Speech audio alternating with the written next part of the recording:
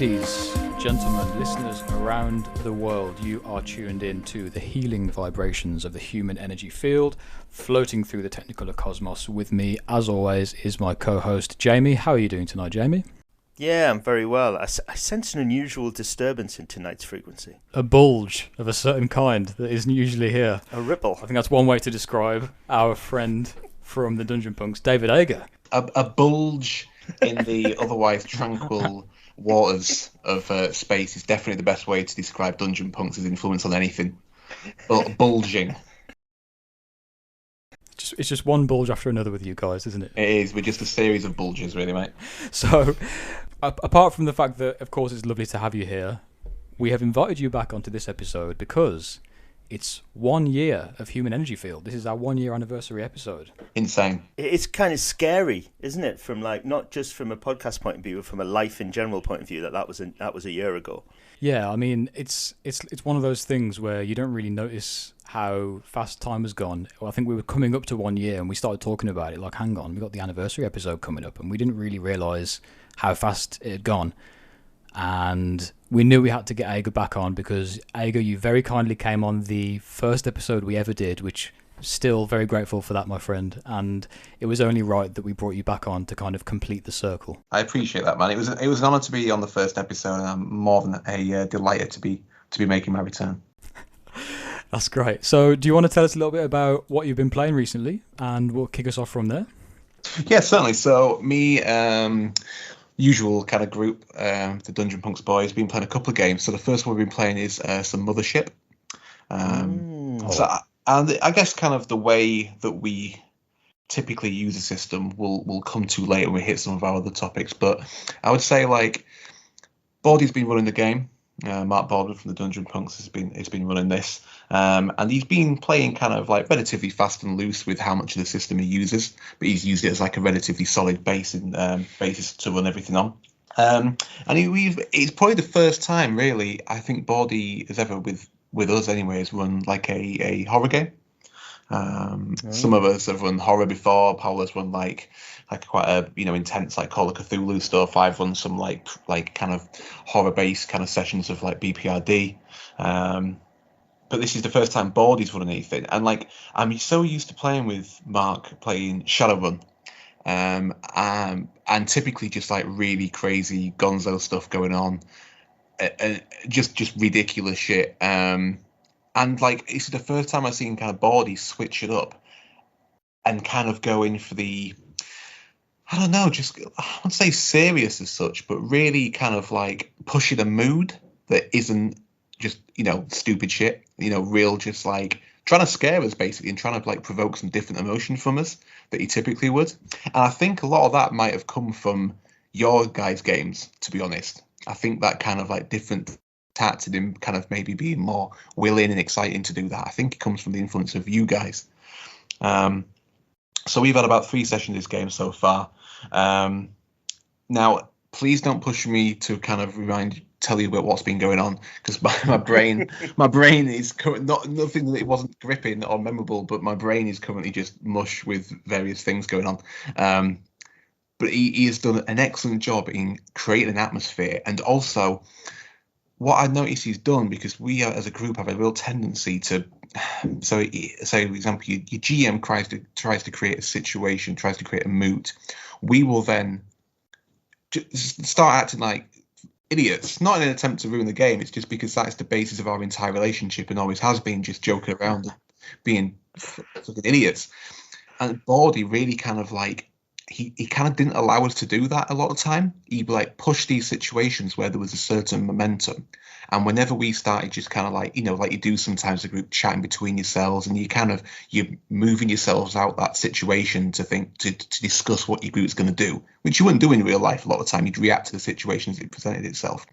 Baldy kind of just steamrolled over it and just said and changed the situation because we'd been stood there. So there was like, I think there was a situation where this klaxon was going right at the start of the game, like, so we'd only been playing 2 minutes and he just hit the ground at like 100 mile an hour and was like, this klaxon's going, you believe that there's pirates outside in space, like trying to get into the ship. And every time we were just kind of like he was like, right, this is happening now, And then we're like, well, I think I'm gonna. He's like, right, this is happening now.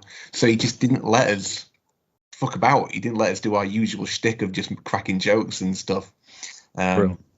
Yeah, it's been real good. I think he's always been great at running games, but I think he's really stepped up, like in terms of just like narrative and yeah, his mood setting and yeah, how he presents them. It's a skill in itself, keeping players on track, isn't it? Especially when you know the group and you know they are kind of, have got a penchant for having a joke and carrying on. Which is one of the cornerstones of why we like listening to Dungeon Punks and have done for years. You know what I mean? But sometimes when you want to present a certain atmosphere and tone and whatever, you've got to be a shepherd, haven't you? You've got to be a bit of a marshal and lay the ground rules. And I think sometimes it can seem a bit kind of harsh and kind of fun squashing at first, but then hopefully what happens afterwards is the immersion in the atmosphere and what you get from the game afterwards, and your experience of it is better because you've put those things aside, and then you could joke about it and talk about it afterwards, can't you? So I think it's a hard skill to learn. It is definitely, and I do want to talk about that later, especially in sort of subjects. That's a really good point, and I definitely want to come back to that. What else have you been playing? You mentioned there were some more games, not just Yeah, that. there was the other game we've been playing. Well, Henry, you should know it well, although I'm not going to try and pronounce the name, especially with my lisp. So maybe you'd like to say it. You probably know what it is. Yeah, you're referring to a 4-part vampire chronicle that I wrote, which is called La Coterie Noire. Oh, I can say that with my list. There's no S's or anything. I'm still not going to try.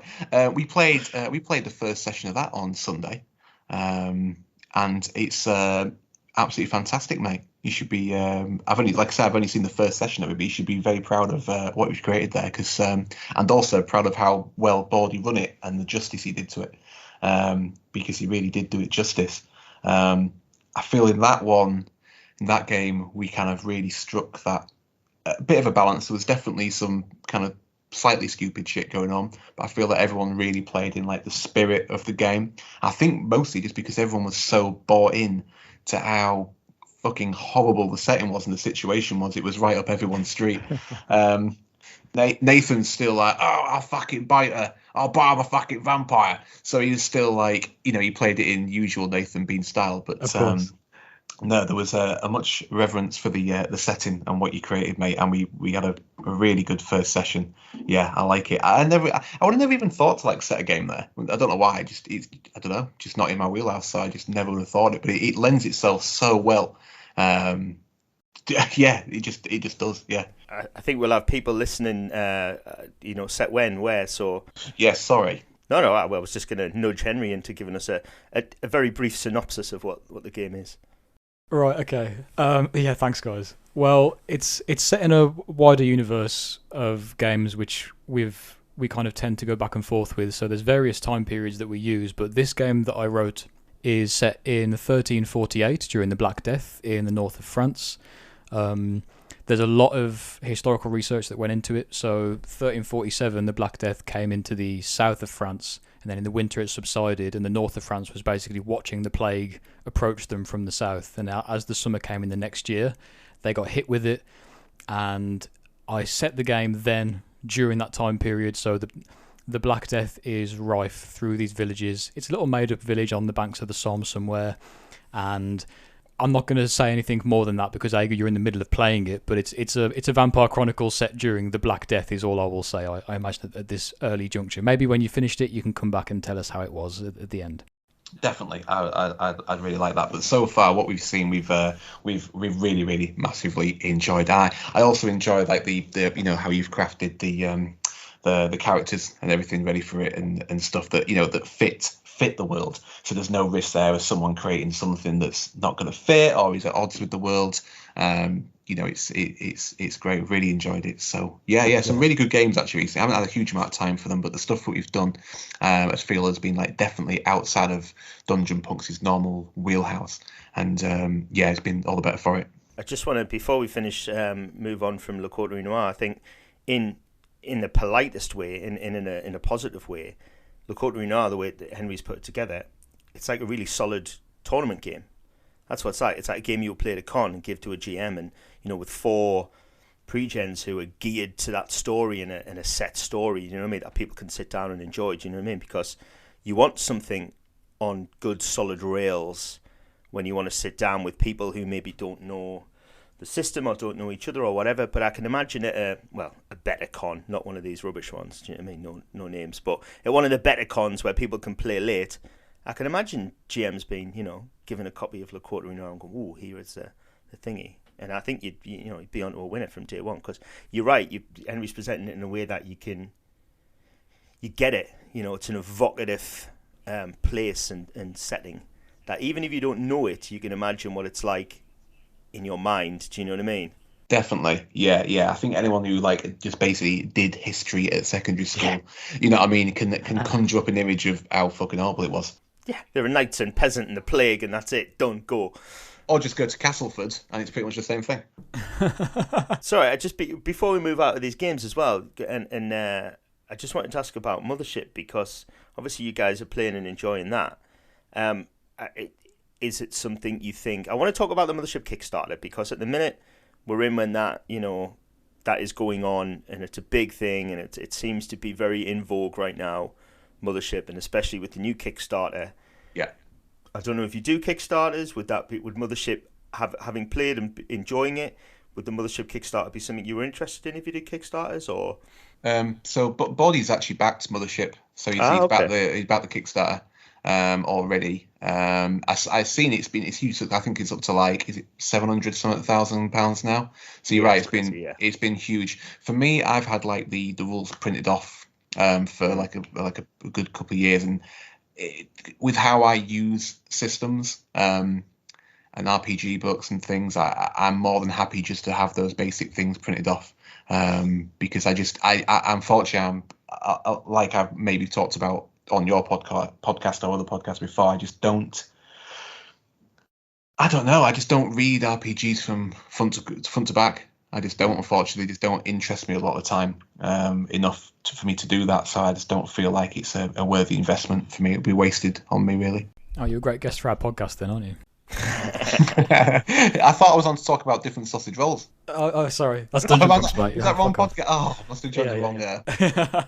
What I find really interesting, just before we leave the Mothership, is the fact that this is, as you've kind of alluded to there in your comment, it's something that people would have either paid very little for or downloaded, or just kind of, it's a shell. It's almost like it's a classic example of this kind of thin on the ground, but maybe very clever, very thematic indie zine style game that's been very popular in the RPG industry over the last kind of, I was going to say a couple of years, but maybe the last decade.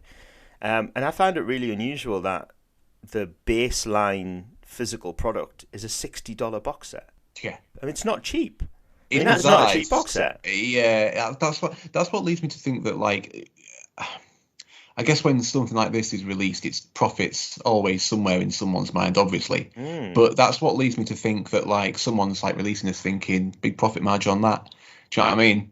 Well, I mean, the work's done, and I know this, and I've read through the Kickstarter campaign, and I know the marketing ploy. I know they're saying all the extra stuff that's been added and extra, revised, and it's had years of people being able to give feedback on the system and the world, and all of that kind of stuff, which I totally appreciate.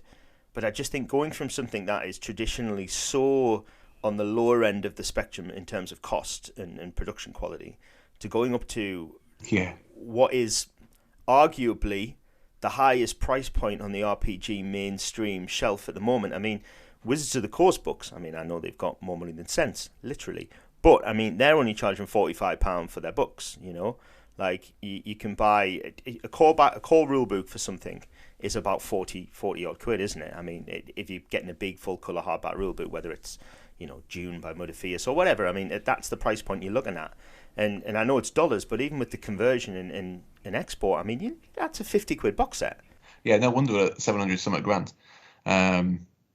Yeah, it's weird how some of those Kickstarters just end up snowballing for seemingly no reason. I think it's that fear of missing out thing. It's a zeitgeist. It's absolutely a zeitgeist. I think people, not everybody, some people, which I respect, I think will have been playing Mothership for a long time for maybe no buy-in or very cheap buy-in, so feel a bit more justified in spending that extra money on a Kickstarter that at least they know and they've played and they enjoy, and they're looking forward to the extra content and the revised version of the game. That I can totally respect. But I think there's obviously going to be a lot of people who are just on the hype train for this, and I think if they're dead honest, they'll get this product and they'll open it and go, oh, I'm really glad I got this because I can see I've got it, I can post I've got it, I can tell people I've got it. But actually, have I got £50 worth of stuff here? I don't know. Mm-hmm. I don't know if that's going to be the thing. But bearing in mind, it doesn't ship until November 22, so they're going to take a year to ship it. It's crazy. It's so long, isn't it? Like, yeah. And don't get me wrong. Like, I've looked at the Kickstarter and like some of the arts. Like, there's a like a double page spread describing armor. And I love the art there. It has kind of like some of it has kind of like a slight rogue like tinge to it. One of the guys on the right kind of like. Well, there's 45 quid. We'll just need 5 quid worth more stuff, don't we? Yeah. I don't know. I would really not consider myself to be knowledgeable or involved in that kind of Instagram RPG scene. So I genuinely the idea of post about it, but buying it to post about it to get kudos is just completely bizarre to me. My copy of Mothership and Dead Space that I have here, I actually won at a previous Troll by Dice event off of you guys as a prize. So there you go. And well read. I like Mothership. I love the style.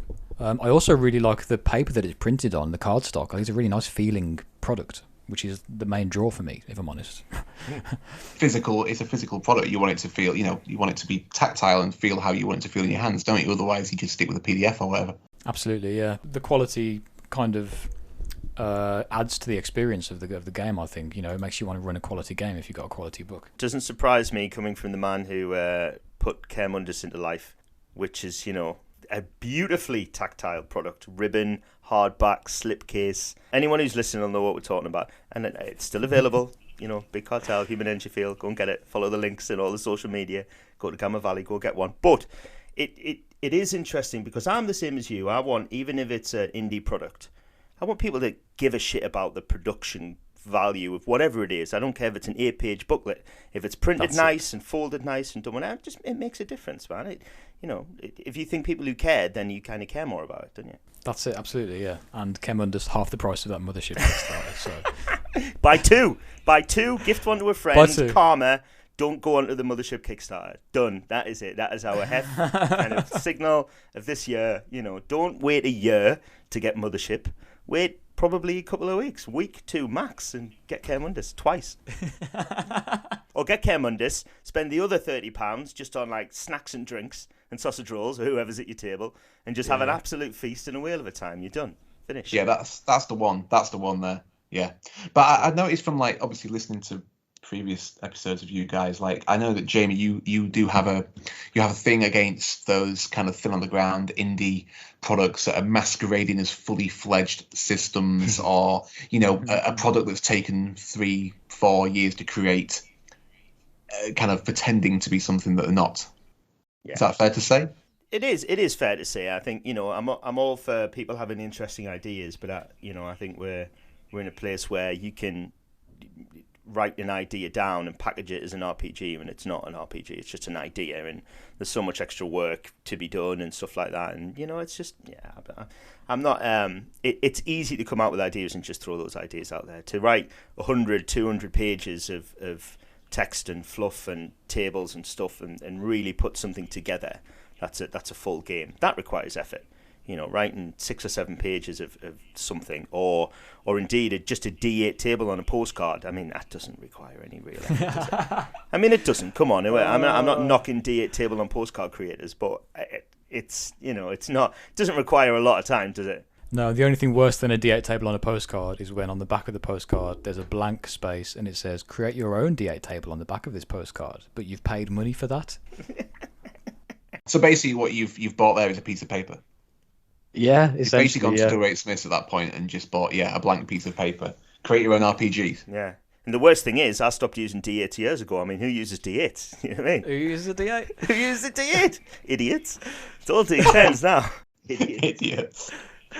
Anyway, we're not bitter about that at all. I don't know if you can tell. So we touched on some points there, and I want to capitalise on that because we are getting dangerously close to some of the suggestions that have been coming in through the Instagram from you guys. So thank you for posting those onto the Human Energy Field Instagram page. a lot of people asked us about how to run a good horror game, which is one of the reasons that we asked Ager to come on. Ager, I know that we've already kind of just briefly touched on this a little bit, but when I think about horror GMs, you're one of the GMs that comes into my head, partly because of BPRD, and also because of the Trial by Darkness event that we all took place at a few years ago, which was a big horror gaming tournament. That was a lot of fun as well. So we do listen to what our followers have to say, and we do try and answer the questions. Last episode, maybe we didn't get around to it, but let's address that.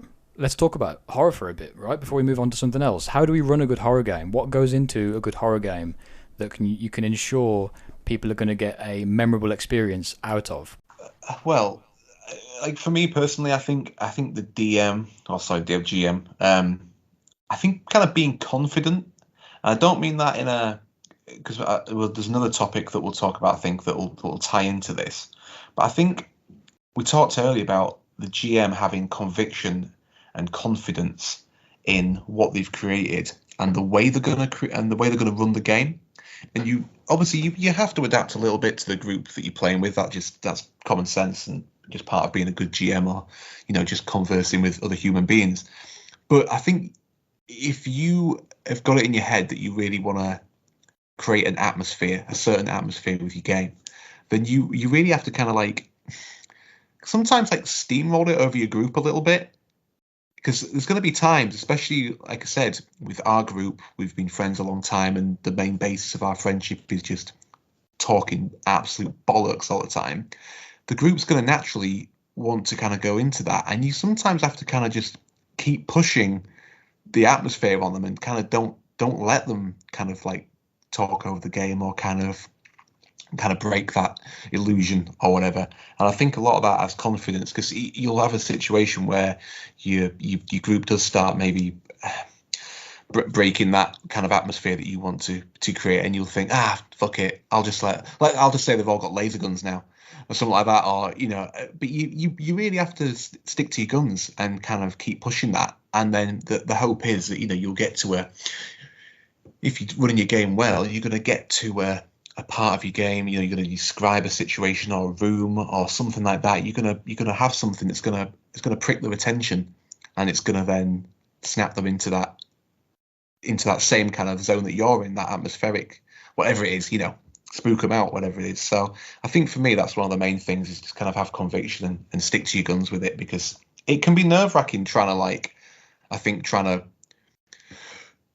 be really descriptive and just it sounds silly, but be serious when you're running a game. I think for me, my automatic defense system is to make jokes, and when you're GMing a game, you can feel a bit vulnerable. So I think you've got to kind of stay away from that and just have confidence.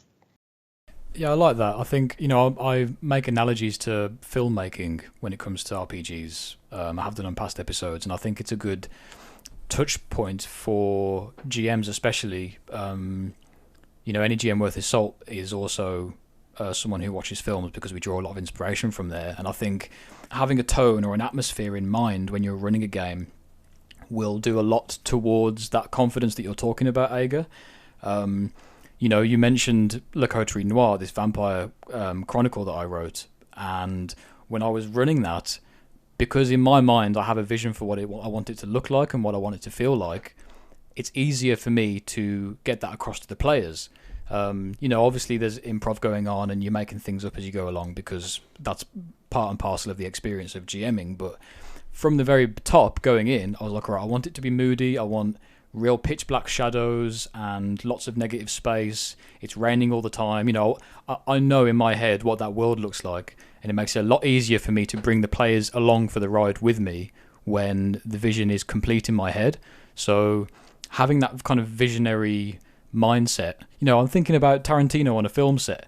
It's exactly what it looks like. You stick to the script, and there's no improving on a Tarantino film set, because he's got the vision of what he wants the end goal to look like, and you're all there to facilitate his kind of vision. And RPGs are different in the sense that it's collaborative, but you know what I'm trying to say? There's an atmosphere that you go for, and the confidence that you need to get a serious game across. In the case of a group of friends that all like to joke around and stuff, having that confidence, I think, can come from having the vision, and I think those two things kind of work really well together.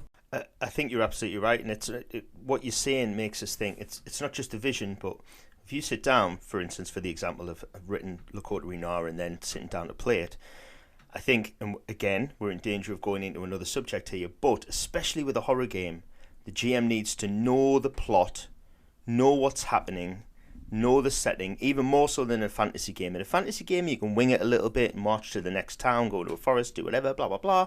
Anything that's D&D or whatever you happen to be playing on Morkborg or anything a little bit more zany and crazy you can do. But with a horror game, because it's normally, and again, going back to the film referencing, horror games normally take place in a location or a minimum amount of locations.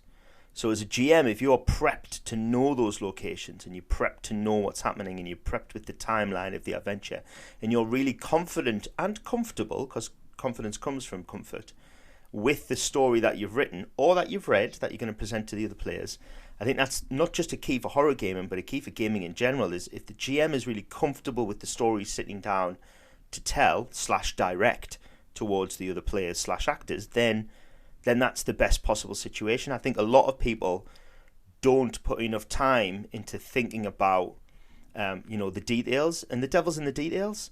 And as you were saying before, it's all about being descriptive, and it can be difficult. But if you sit and written pages of notes the week before or the night before or an hour before, then, even if you have to read out the description of the house on the hill first, then do it, because you've written that. It's yours. Your read out loud description. It's still your words.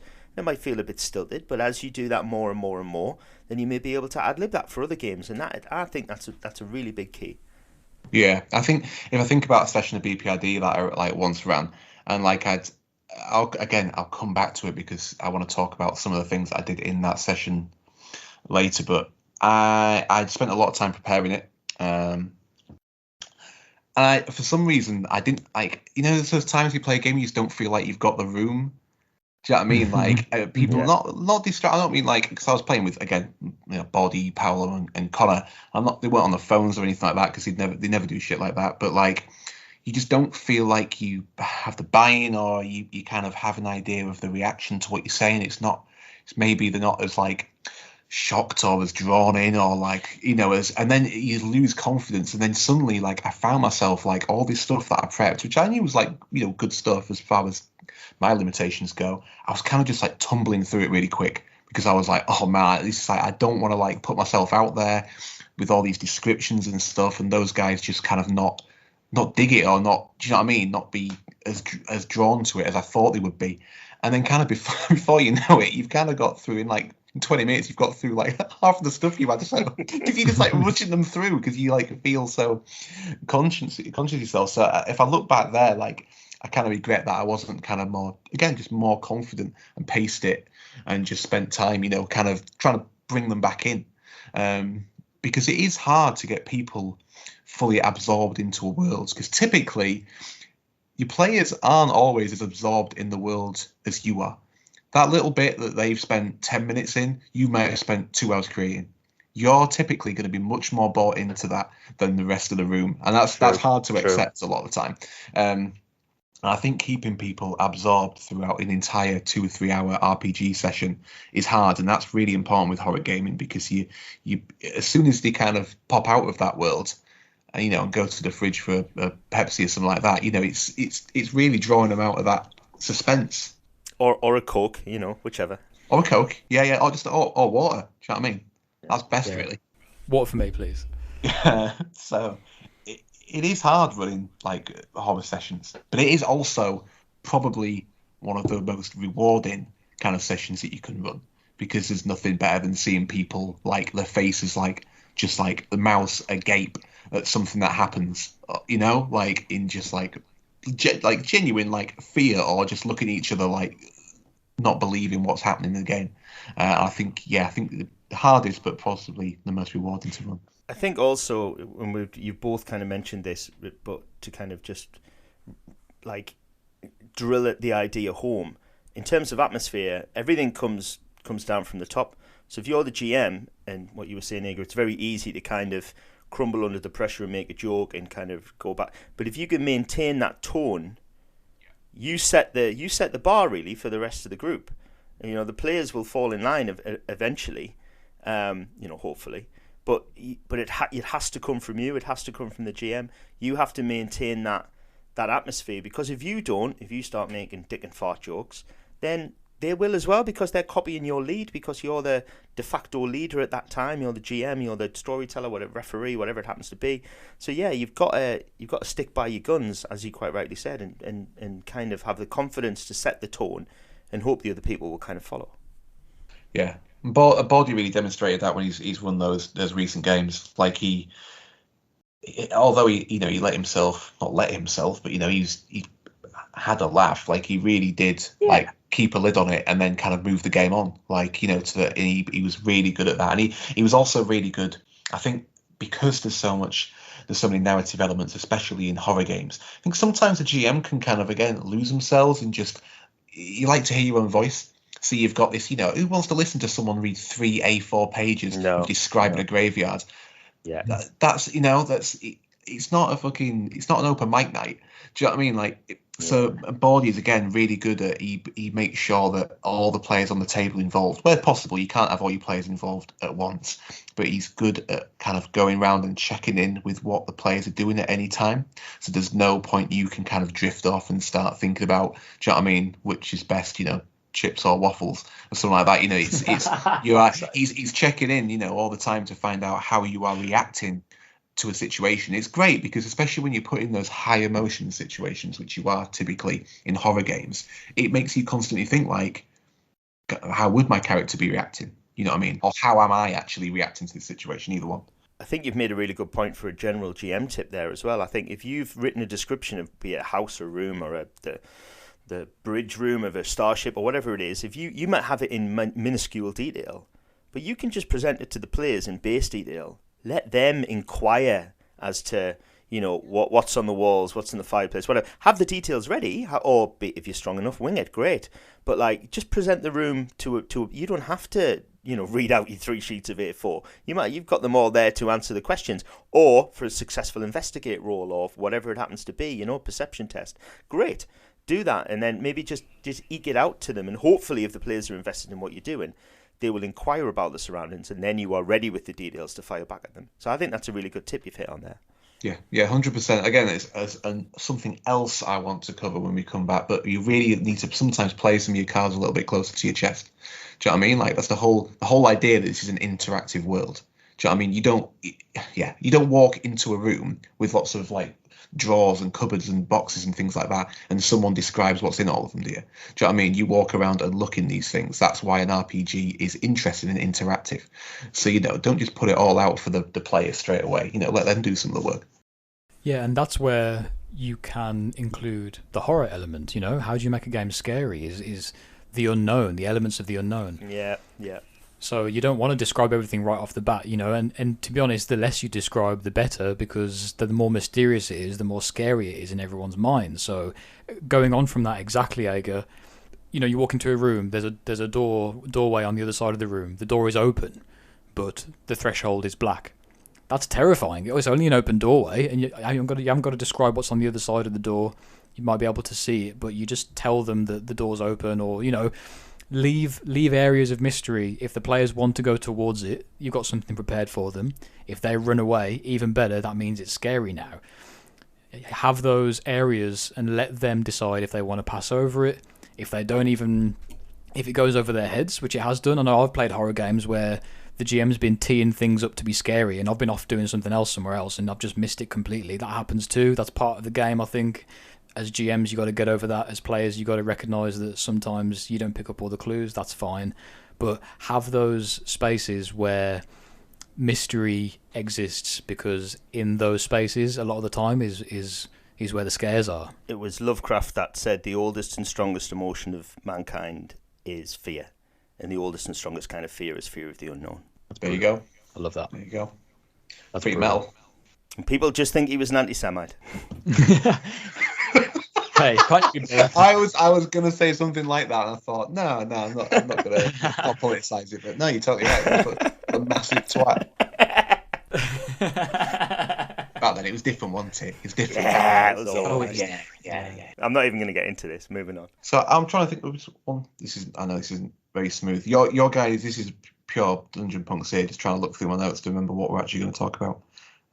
Stay. I think casually, if I can move us on to the next one, I think what we're really talking about here That's how you do it, Dave. is part is we're almost into immersion and props here. So how do we? Because what I was just about to mention, especially for horror gaming, is you want to get the lighting right, you want to get the mood right, music if you're using it, all of these kind of things. So let's move into this area of talking about immersion, and particularly with regards to your surroundings, maybe any props you use or any tips and tricks you use to set the mood and the tone or whatever. I mean, let's start with you here, guys, our guest, obviously. What have you either used successfully or unsuccessfully, both are interesting to listen to, or been on the receiving end of, again, successfully or unsuccessfully as a player, in terms of people, immersion and setting the scene and doing whatever? What have you got like that?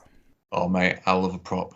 I love a prop. I should just do like volunteer at the local pantomime and stuff like that, and dress up as a donkey and stuff like that. I'd do that in my RPGs if I could. Quartermaster Ager. I think like the ones that most people will probably already do is like playing. I don't play music as well. I do play music, but typically it's like really, really ambient stuff like Lust Mode and stuff like that. So I'll just, especially for like horror games, so I'll just make like a giant playlist of like 3 hours of just really kind of like horrible, like suspenseful music and play that in the background. If we play like D&D and stuff, like we sometimes like just put like metal on and stuff, but most games I prefer to just have like something kind of rumbling away in the background. Fucking dim the lights, put some candles on. And the good thing about all these rules is when all your friends have gone, you've got a nice, romantic setting for you and your partner as well. So it's a win-win.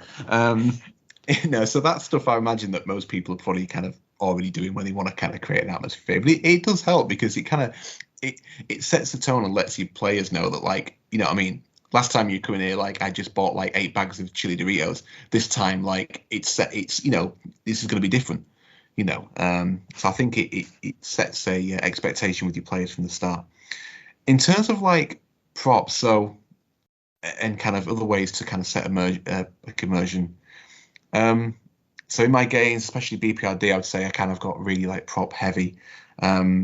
So in one of the earlier games, like the first game, they had like full dossiers. So I bought those little like label maker things, the ones that like stamp on the plastic. I bought like Dymos. Oh. Yeah, that's it. The Dymos. Yeah, I bought like all the manila envelopes. I made like case files for each individual investigator. I spent like time. They had evidence bags. And then I had like all the props and stuff they found around when they were investigating this house out in Yorkshire, where this family had kind of gone missing. So you'd find like pressed flowers, like certain like occult texts. So I basically just gave out all my fucking Aleister Crowley stuff and that. And then I had them like perform a ritual. So I can't remember what I bought. I'd read up on like about like this like dried flower that when you like burnt it, it gave off this like really strong smoke. So I bought like a load of that and got them to light it, and then basically the hall had to pass it around. And I basically asked them before, when they're creating the characters, to come up with something that they wouldn't want the rest of the group to know. And then they all had to pass it around. I can't remember what the exact setup was, but they all had to pass it around, and then they had to tell out loud what the thing they didn't want the rest of the group to know. So I made it out to them like it was going to be a secret, and then in the first session they all had to kind of say it. I can't remember what the exact setup was for that. The only problem is that stuff created a huge amount of smoke, and it actually made everyone quite sick for a while. So that's, you've got to be careful of that. Always, follow your ABCs of health and safety. So that, I felt that was like something that I'd done, which was kind of like quite cheesy and quite obvious, but like highly successful because our group had never done anything like that before. Very theatrical. It was, and I think that was one of the moments where, like, I think people really kind of like felt an impact from it and felt really immersed and drawn into the situation. One of the other things I've done before, I don't know if it created immersion. I guess everything you do, if it's will create certain level of immersion. But I actually got and we have talked about this on Dungeon Punks before, but it was a part of BPRD when the players had jumped in their, van, motor transport, whatever, left a location, and the driver, it was like a, BPRD agent or whatever, put on the radio, and then it had clicked to a news broadcast, and I'd actually paid a voice actor to read out a Radio 2 news script, which alluded to the team's actions earlier that night. They basically knocked out this Elmsey communication mast, which is in a real mast in outside Wakefield. They'd been there and knocked it out, which had knocked out communications for the whole TV signal for the whole area, and they basically covered that. And I got it and spliced up some like old 90s Radio 2 music, and then I added some I looked at some random news from the 90s and got her to read out that and stuff, and then it faded into some Phil Collins or something after, and I had some so things like that. It's an effort, in that case it was also a financial effort, but it is definitely worth it when the players, even if it doesn't create immersion, sometimes you'll do something like that and the players just can't believe you've done it. You know what I mean? And that's just cool as it is, so even if it doesn't necessarily draw them into the game, it's just a really cool thing. They're like, look at that. Yeah, how did that go down? How was that received? Really, really well. Yeah, massively. Yeah, really, really well. Really good. Like I said, I don't think it necessarily drew them into the game any more than they already were, but they just thought they just got a massive kick out of it. That's sometimes enough, isn't it? Yeah, it reminds me, talking about the voice actor and stuff. I used to work with this guy called Steve, great player, great GM, and his group used to play Delta Green, but he couldn't, for whatever reason, too boring to get into. He couldn't play, he couldn't get there.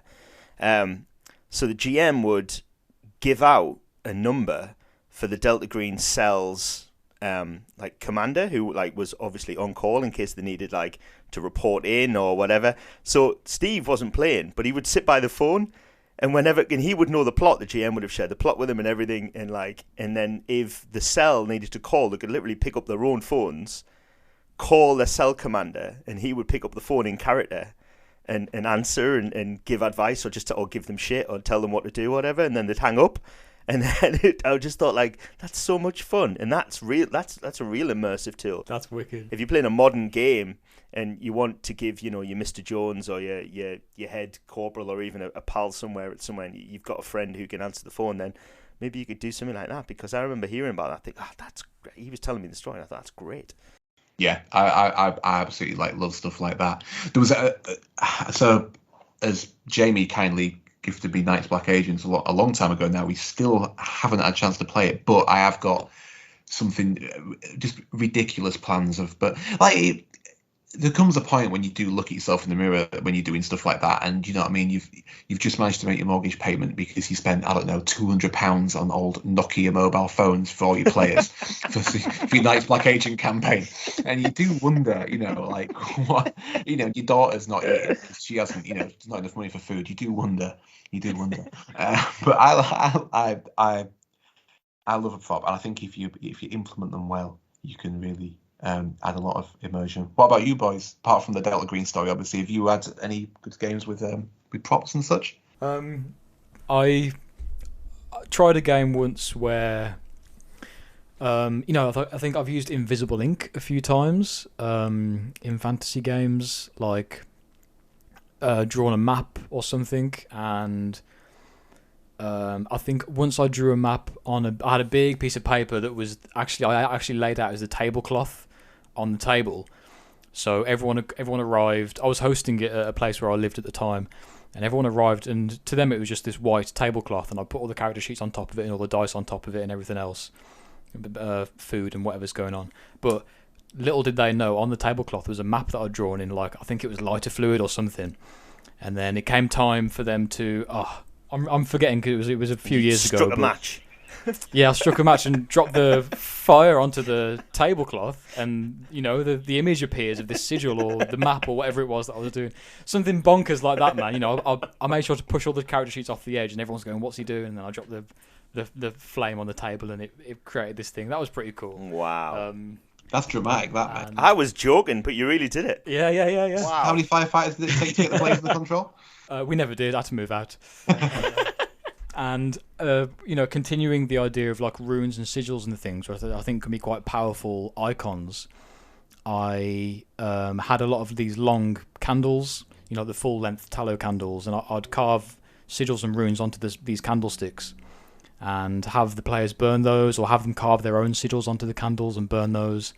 I was reading some. What's that magician called? David Blaine. Freighter UD. Who we're talking about? Well, Freighter. I mean, that's a Golden Dawn title, but I don't know which guy we're talking about. It was one of the Freighters who's like a sigil magician. I was reading some of his Israel his Regardie, magical books maybe. at the time. No, it wasn't Israel Regardie. It was some other chap. I'll have to find McGregor Matthews anyway. or someone anyway.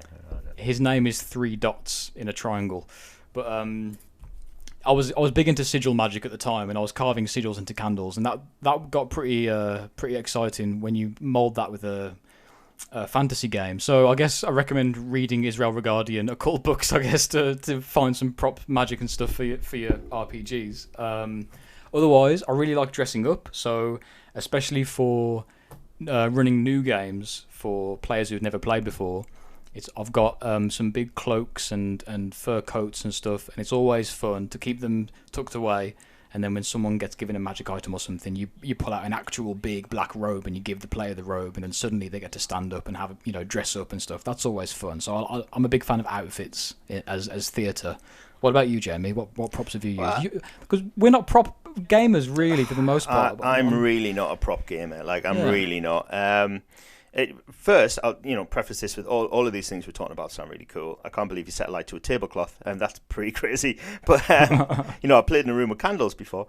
But I think to me the problem with props has always been that I don't want anything to take me out of this suspension of disbelief. I don't want anything to break the bubble that I'm in, that the GM's creating. And I think sometimes, if you present someone, whether it be a letter or a postcard or whatever, if it's not done properly, and great if you're doing it properly, sometimes it can do a bit more harm than it can good in terms of creating the right atmosphere. And I think that's the worry. So it sounds bad to say, but it's almost not half-arsing props, in my opinion. If you've got the time and energy and money to do it and buy 5 Nokia bricks, then do it. But don't cut out 5 pieces of cardboard that look like Nokias and then hand them out to the players or something. I mean, it's not going to help your immersion. It's not going to do stuff like that. But I think, well, I remember. I mean, there's a very good friend of mine who's a good, great GM called Rory, and years ago, decades ago actually, we used to play Vampire in his little flat in Newcastle, and we were like, should we put some candles on? I mean, it is Vampire and all that kind of stuff. You feel a bit weird at first. You feel a bit like, is this really necessary? And then you put the candles on, you can see the character sheet and the dice, and it's all great. And actually, it really adds to the atmosphere. And it's worth. So one point in this story is it's definitely worth trying things. Go out of your comfort zone. It might seem a little silly suggesting it or doing it, but try it. You know what? Because once the giggles are over and you're in the room with the candle on, it's really good. It's really atmospheric. It's like turning the lights off to watch a movie. And the second part of this story is, I'll never forget, his girlfriend at the time, wife now, coming through the living room just going, "What are you guys doing in here?" And it's just like, playing a game. But you know what, man? There's 2 things I want to say to that. We don't have blackouts anymore. Do you remember when we were younger, you used to have blackouts all the time and the electricity would go off and you'd have to get the candles out. That never happens anymore. I don't know why. I guess the grid's more reinforced now, whatever, but the act of turning all the lights off and using candles to move around is fun, I think. And you see the world in a different way. When the sun goes down, if you don't turn your lights on, you live in the dark like humans used to, and you just move around by firelight. I think that can be really atmospheric anyway. And secondly, it was really great that you mentioned Rory, because that reminded me of a game that Rory ran for me and you right at the start of lockdown, and the pitch was it was a kind of police procedural, True Detective in the North, kind of dark thriller type game, right? To this day, one of the best games I've ever played in. Amazing game. One of the things that he used as material to give to us as players, because we were playing as, I think we were like DCIs or investigators, he sent us, before the game, he sent us a map of Newcastle, and he sent us the MI5 counterintelligence recruitment leaflet, the official recruitment documents for MI5 that you can get off the website, to us for as like reading material before the game. Like, as far as props goes, that's, you know, someone else has done all the hard work for you right there. He just took the PDF and sent it to us, but it's absolutely bang on. That was really impressive. Yeah. Such a good game. You've hit on a good point there. Don't be afraid to use resources that people have already created. Maps are out there. I mean, you don't have to draw a map. If you want to set a game in any place and any time, go online, go to your library, even if they still exist upon listening to this podcast. You know, go and find a map of whether, you know, whatever it happens to be, you know, the Black Country in the 1600s or 1700s. And even if you can't find the exact time, just move 100 years backwards or forwards. It's going to be close enough. But, like, you know, for you to get a copy or a printout or go on Amazon or any great map selling website and just roll out a map of, you know, I don't know, the Malta in the 1400s, and already there's an immersion coming on. You know, you've kind of whet the appetite of the players. You know, imagine this map as a textual amuse-bouche for the feast of role-playing that is about to continue, you know? Mm-hmm. I love that. I'm actually trying to write a dungeon set on Malta at the moment. Ooh. I'll tell you all more about that another time. Nice. Yeah. Hypodium of Hal Saflioni. It's based off a real location. Wow. Don't know if you know it, but there you go. Templar based or Knights of Malta based, basically. Even older, but that's, yeah. Right, okay. It's, interesting. You know, I was about to go off on a tangent about that then, but then realised that's probably not a good idea. We should try and stick on subjects here. Especially while Egg is here. Let's utilise him. Let's continue to milk Dungeon Punk's cow that we have. So, do you think having props and having music and backdrops and everything else will help a GM to not feel so anxious preparing for a game? And what other ways can a GM mitigate that preparation anxiety that you may feel going into a game? Because this is a question that was raised on the Instagram, and I think it's a really important one. I know all three of us have something to say about it. So do you think having those props prepared, even if they don't see the use that you may have intended for them, or even if the music doesn't get played or anything else, do you think that can mitigate prep anxiety? And what other ways can we look at kind of addressing that? Yeah, I think it's all down to the individual. But for me, like the more I have prepared, whether it be something that I actually use or something that I don't use, is the way that I deal with my anxiety about running games. I have like a lot less anxiety when I know the game is going to be, you know, lighter in theme. So people aren't expecting necessarily you to have that kind of like seamless narrative through the whole thing in order to keep them in the room. You know, so for example, if you play maybe just D&D and it's you're bashing around the dungeon or something like that, that's I think for me I have very little anxiety about running a game like that, apart from the fact that I don't know any rules to any games.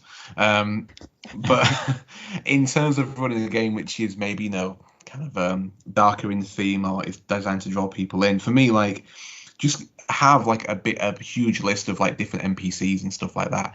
You know, even if you're not going to use them, you know, have the names and maybe a short description planned out. Just have like a list of them. Do you know what I mean? So if you're concerned that your concern is that your players are gonna want to speak to someone at some place that you haven't created, just have that place and NPC created. Just have it written down on your pad, then you can, you know, bob to it and grab it. If you're not bothered about that and you think you can create something legitimate on the fly, then that's great. But if those are the things you're worried about when you're running a game, then just prepare to, you know, to combat that. You know, don't end up in a situation where your NPC is called Frey Bentos, like it was in one of Bordy's games recently. You know, so, and I think the other thing to think about, and again we've talked about this on Dungeon Punks, if we talk about our reintroduction back into RPGs, you know, D&D 5th, you know, for better or for worse, was our reintroduction, you know, 5-6 years ago. Bordy'd obviously been playing, you know, Shadow and Second and everything when he was young, and Nate ran our first campaign. And I think the problem that Nate found is that Nate is a writer, as you both know. He's done his degree in that, and he's a very accomplished writer, and he's very talented at it. But I think what you found is he actually ended up writing a novel more than an RPG setting by accident. So he's he was angry at us that we didn't pick up on things and we didn't follow what he had planned out, because it was like a novel. You know, he had our entire route through the game planned out. And I think when I first started running my own games, I did it like that. And then I had anxiety that my players weren't going to do what I wanted them to do. I wasn't I wasn't creating a setting them for them, and I was just creating a series of instructions for them to follow. I think if you realize, once you let go and realize that your players are typically probably not going to do what you want them to do, and are quite likely going to, especially in an investigative game, are probably going to miss those clues that you drop in.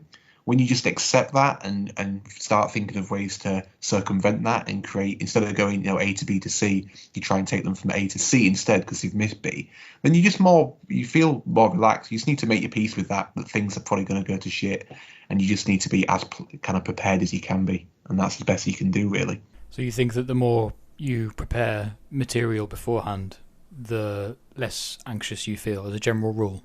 Yeah, I think so for me. But again, I'm not expecting to use a lot of it. Do you know what I mean? It's there in case I need it, depending on where the players go, on what they might want to do or who they might want to speak to. But I don't anymore. I don't get surprised when the game doesn't go the way I feel it, or there's a bit that I spent an hour creating and it never gets looked at, or it gets skimmed past, or they accidentally blow it up. You just have to kind of make your peace with that. For me, that's like, and also there's that thing that I think sometimes you feel like a little bit of an imposter running the game, and you have to realize that typically you always know more than the players. Do you know what I mean? You should be confident running your game because you know what's around the corner, what's in the next corridor, you know what this NPC's thinking or planning. They don't know that, but sometimes you feel like the players are about to rumble you for not knowing anything about the game. Especially when you've only start first running them. When you're more confident, it may be a different story, but when you're relatively new to it, you do feel like you're constantly going to be rumbled. So just realise that you know more than anyone else in the room at that point. Yeah, I think one of the biggest surprises that still shocks me is just how much as a GM you can kind of get away with. Like I'll be running a game and I'm literally making a whole scene up on the fly because the players aren't where I planned them to be. They're not with who I thought they were going to be with. They're not doing what I thought they were going to be doing. But I've got to keep things going. So it's coming out of my mouth as it's in my brain at that point. I'm literally on the edge of my boundary as a GM, just improving. I am like working overtime here to try and create the scene, put the railroad tracks down as the train's going. Exactly, like that bit in Wallace and Gromit when Gromit's sat in the train, he's putting the track in front of him. Yeah, that is that. But once you accept that is how a GM's world is, that's it, innit? Yeah, that's his job. Yeah.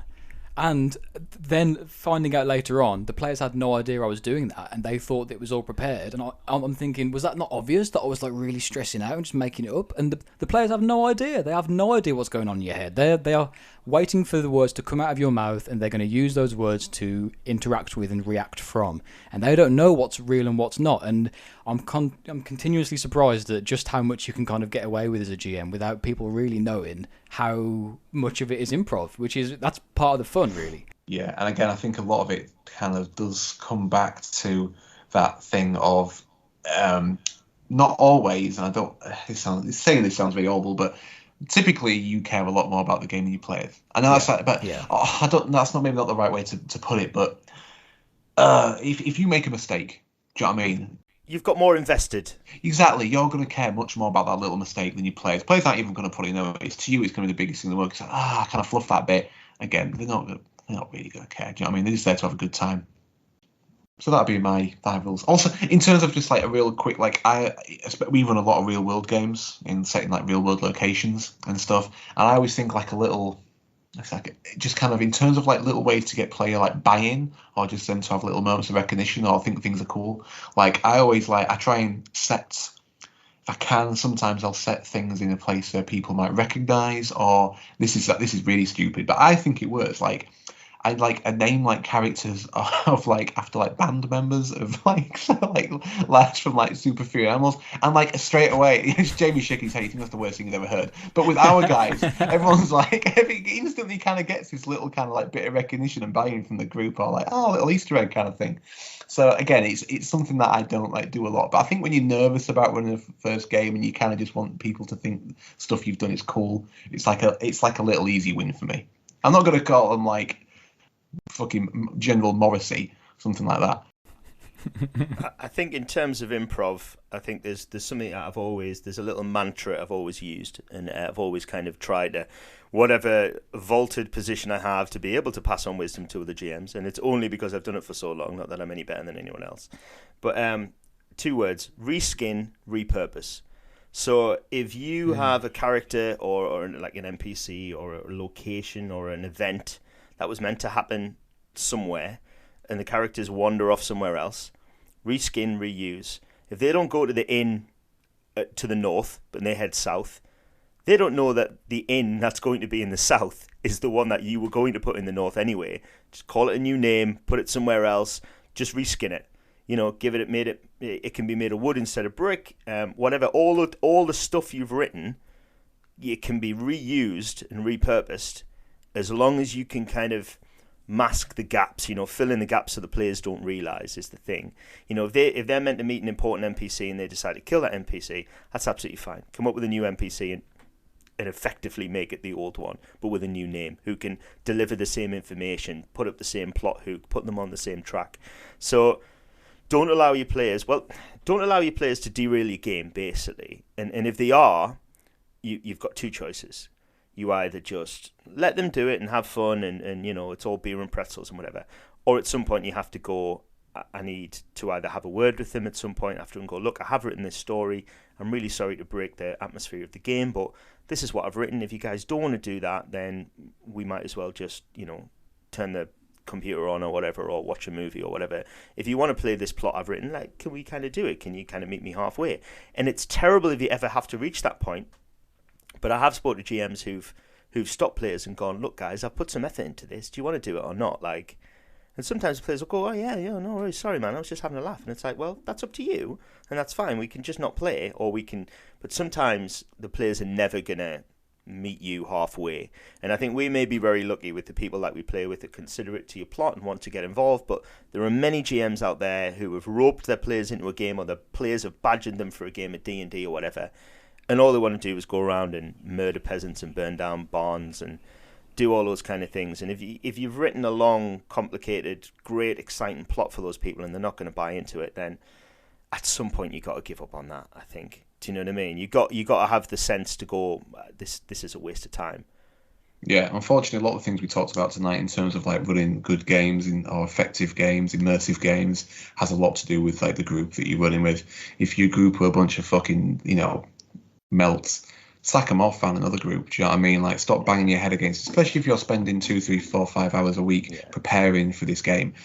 Time's precious. Do you know what I mean? And if they're just going to like take the piss and not invest 2 hours of their time, to at least give your game a proper go, then find another group, because there'll be plenty of groups out there and players out there that will really kind of appreciate the time that you spend crafting a good game or a good session of RPG gaming. Yeah, know your audience and pick your battles, I think. But on the flip side of that argument, if you're a GM who is spending a lot of time crafting a world and you've got a player group that just doesn't give a shit about it, they'd rather be off being murder hobos, casting fireballs into taverns, whatever else, and that's where they want to have fun. If you would rather be writing, really complex investigative adventures or something, think about, as a GM, put that aside for a second. You've still got an opportunity for a good game there. It's just that good, it has a different definition. The players are invested in something they want to do. So try, okay, maybe you're not going to get the complex story that you're after, but you've got a play group here who do want to do something. So lean into that. The players are telling you what they want to do. Maybe you can still find somewhere to have fun with your play group, even though it's not what you had in mind. Go and see what else you can get up to with these players and see where that takes you. I don't know. Sadly, I think, and obviously I'm casting sweeping generalizations here, but I think half the time the players who are problematic want to do it because you don't want them to do it. The minute you allow them to do it and continue to let them and provide them to do it, they'll get bored of that dead quick. Right. Really quickly. Because they want to giggle and snigger and about like, I want to do this, or the king, I'm going to kill him, or I'm going to put a poop in his hat or whatever, and it's like, oh, well, that's great, But the minute you make the game about pooping in the king's hat, they're all like, well, that's a bit shit. Pun intended. Okay, I see what you mean. You are totally. I'm lucky, again, really lucky that, like, because I specifically really only play with certain group of people most of the time. are people of the same mindset. So I've got genuinely, I know that seems like a common pattern with people that have played games, and there's that player that's really disruptive and wants to do something that kind of really goes against what the rest of the group wants to do. And sometimes that can be fun, because I personally enjoy sometimes some of the, some of those, there's politics within a role-playing group in the game, as long as everyone's on the same page. But when someone's there just to make life difficult, I've genuinely never been in one of those games. I know Nate has. He played some games in Leeds, and his head was just fucking blown apart by like some of the way that people conducted themselves in those games at the expense of everyone else's enjoyment. I'm fortunate enough to never have been involved in one of those games, thank God. So long may it continue. Yeah. I'll refer to those people as chaos goblins in a game. They're just there just to be evil and chaotic for the sake of it, with no real motive, I've forgotten. Sorry, I've already forgotten which one of you said it. But if you're making a lot of effort into a game and your players aren't really buying into it, and you know what, do switch players if you can. And I know it sounds difficult, and I know maybe you don't want to do it because they're your mates, but just because you don't role play with them, you don't have to not be mates with them. You can still go and watch the footy or do whatever, but like find a different group of people to role play with. And you know what, even if that's online, even if you have to go into a Discord server like Human Energy Field or Dungeon Punks or Full Metal RPG, whatever it is you want to go on to, find some more players who will, and speak to them before you set up a game, and you will find people who will also want to play the same kind of game as you. And even if it's online rather than in real life, which is something, unfortunately, over the last few years we've all had to get used to, thankfully it's changing now, but you'll have a much more rewarding gaming experience, and your time spent prepping for those games, or even just playing those games, will be much more enjoyable than trying to drag your murder hobo mates, chaos goblins, into the game that you want to write. So at some point, I think, what is it? You taught me about this, Henry. It's the sink cost fallacy. What is it? Sunk cost fallacy. The concept of the sunk cost fallacy is basically the idea that if you keep putting your time and energy into something, you think that automatically you will get a return from it.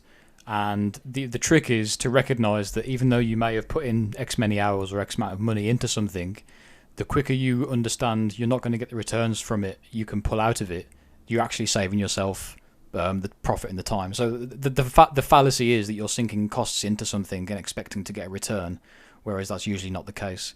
The example being, if you started to walk to the shop and you got halfway there and you learned the shop was closed, you wouldn't carry on walking to the closed shop, you'd turn around and go home. Whereas if you translate that into, for example, a campaign where you've got players who don't care, you're not going to still put in the time and the effort into the campaign where the players don't care. That would be sinking your costs into that fallacy. That's the idea of the concept. And once you recognise that, you see it all over the place. And once you learn to spot it, you can pull yourself out of it, and you'll save yourself a lot of time. Trust me. Yeah, I mean that's a philosophy blinder. When you told me about that, I mean, I couldn't remember what it was called, but the concept has stuck with me in my mind because it is a concept I understood, but I hadn't put a term to it in my mind. And obviously, I'm a bit longer in the tooth than some people, but younger people might not get there with that as early. But anyone who's listening of any age, put that into your mind for him, because that is especially for gaming, but life in general. I mean, that's a doozy, isn't it? Yeah. For, you could use it if you're halfway through a degree and the degree's not sorting you out. That could be a sunk cost fallacy. You want to think about maybe just pulling out. If you've got 2 years more down the line and it's not doing, anything, just life, jobs, whatever. Okay, but yeah, no, that is in all seriousness a great concept to keep in your mind when you are struggling with players or struggling with maybe you're not in the great environment or not in the right place you want to be in, and it's there are ways to get around these problems that don't just involve you sitting at a table and kind of putting up with the chaos goblin who's ruining it for everyone else. There are ways around this, and usually that involves removing yourself from the situation and finding something better. But like we're saying, I think we're all in a good position where we have really respectful players. I know, like for example, these games that we've been discussing, when I have GM something, I look into my screen and there's all the players are there. I've got their full attention. I've got eye contact in the webcams. There's no phones, and I'm lucky to have that. I'm lucky to have people who want to listen to me and they want to get immersed in whatever I'm about to present to them. And I understand that not all GMs get that privilege, because it is a privilege. I've got people who I really respect giving me their time, and what more can you ask for, really, as a GM, you know? Yeah, exactly, mate. Yeah, that is kind of, yeah. And again, I guess that confidence thing. Once you find that group and you realise that even if you do make mistakes, even if those mistakes are incredibly visible in the game, players are just going to roll with it. They're not going to judge you about it. They're not going to kind of, it's all good. It's not a big deal. And also, I feel that like in a good group, like especially if you're a group that plays together for years, different games, like you're all gonna have maybe a little pop at running the game for everyone else. Don't just rely on one person to run all the games, unless they absolutely thrive off it and don't want to let go. But I think it's important that like in a group that everyone tries like running games. Like we've got up to a point now with our group that like everyone, apart from maybe Connor's I think only run one game, even though he chats shit all the time and makes it out like he's some kind of fucking RPG master. he's just a fucking rules servitor. That's all he is. He's just there to be like, it's the wrong dice. Yeah, we've got to a point in our group now where all of us have like run a good amount of games now. So there's no judgment among us or anything. Everyone's kind of very respectful of what we've created and what everyone's trying to do. I think that's really wicked. Jamie, if you don't mind me discussing some of the ways our gaming group functions, which I know we don't actually really talk about on the podcast, but we format it in a way where we do games by seasons most of the time, and we lay out to each other before a season of a game starts. Okay, guys, like for example, to take the example of La Coterie Noire, which we mentioned earlier, I said to the gaming group, guys, this is 4 episodes. I've written all 4 episodes. It's not going to be 3. It's not going to be 5. I need 4 Mondays of your time, and in that time it will be finished. Whoever is coming up next, you have 4 weeks to prepare your game during this time. And then, whoever's after that, they can do a season. That can be as long as they want. They give us the time limit for that. And then that's, we do seasons, and we might go back to season 2 of something after a while. And we take breaks in between seasons. We go back and forth between different games, different GMs. And I think that's a really good way to structure and format your gaming group. So that, for example, even if there is one prominent GM and everyone knows, all right, that's the guy who runs our games, you can have these longer campaigns and then take breaks, have mini seasons, have mini-sodes, have one-offs, have any kind of change in between. But stipulate that with your gaming group and say, look, I've written this game, probably too long for one shot, but we could do it in 2 weeks. Do you want to do 2 episodes? Yeah, that sounds good. All right, the GM's got 2 weeks off. He's going to be a player. He gets to have fun. And then after the GM has finished running her 2-episode adventure, you go back to what you were doing before. So, formatting things in a stringent manner can really help with the structure of a gaming group, and it really helps everyone get on the same page. And it helps keep the momentum going as well. If you know there's only 2 episodes to a game, you're going to show up for those 2 Mondays or whatever night you're playing on, and you're going to be there for those 2, and then you're looking forward to the finale because you know it's coming up, and you know that this game is due to end and what's going to happen. So I think having the season structure is a really good way to mitigate some of those problems. I couldn't agree more, and I'm actually going to take your comment and I'm going to run with it even further. That time management, session management, game and campaign management from a GM is invaluable, because I think it's something that not a lot of gaming groups really factor in. And I think if you sit down with a group, so let's just say D&D is one of the biggest games, you should be able to say to the players, look, I'm going to run this game, and it's going to end in, I'm going to run 4 sessions or 6 sessions, whether your sessions happen to be 2 hours, 4 hours or whatever. You should be able to tell the players how much time per session and how many sessions they are genuinely committing to when they sit down to play. Because then you might say to a player, oh, well, this is going to be a really long running thing for like 6 months, and I want to play it every 2 weeks, and it's going to be a long drawn out campaign, but it's going to be complex with subplots and whatever. And straight away, one of the players might go, do you know what, I'm not really down with that. I don't have the time. I know next month my shifts change and stuff. Great. What you've done, you haven't lost a player. You've avoided some future problems. And you can get another player who cares. Or you can have a chat with that player and go, well, why don't you play this character for a while and then you can drop out or whatever. At this point, that'll be cool. Have a chat about it. Open the lines of communication. And the other thing is, like, not to be afraid to commit to those time frames. Because, or if you don't want to do weeks, say the minute we get to, I don't know, Mount Doom, the game is over, whatever. And the players have a goal in mind. So if they want to speed the game up, then they can, push through the plains of Gorgoroth and get to Mount Doom. But if they want to wander around in Minas Tirith for 6 or 7 weeks, they know they're making the game last longer.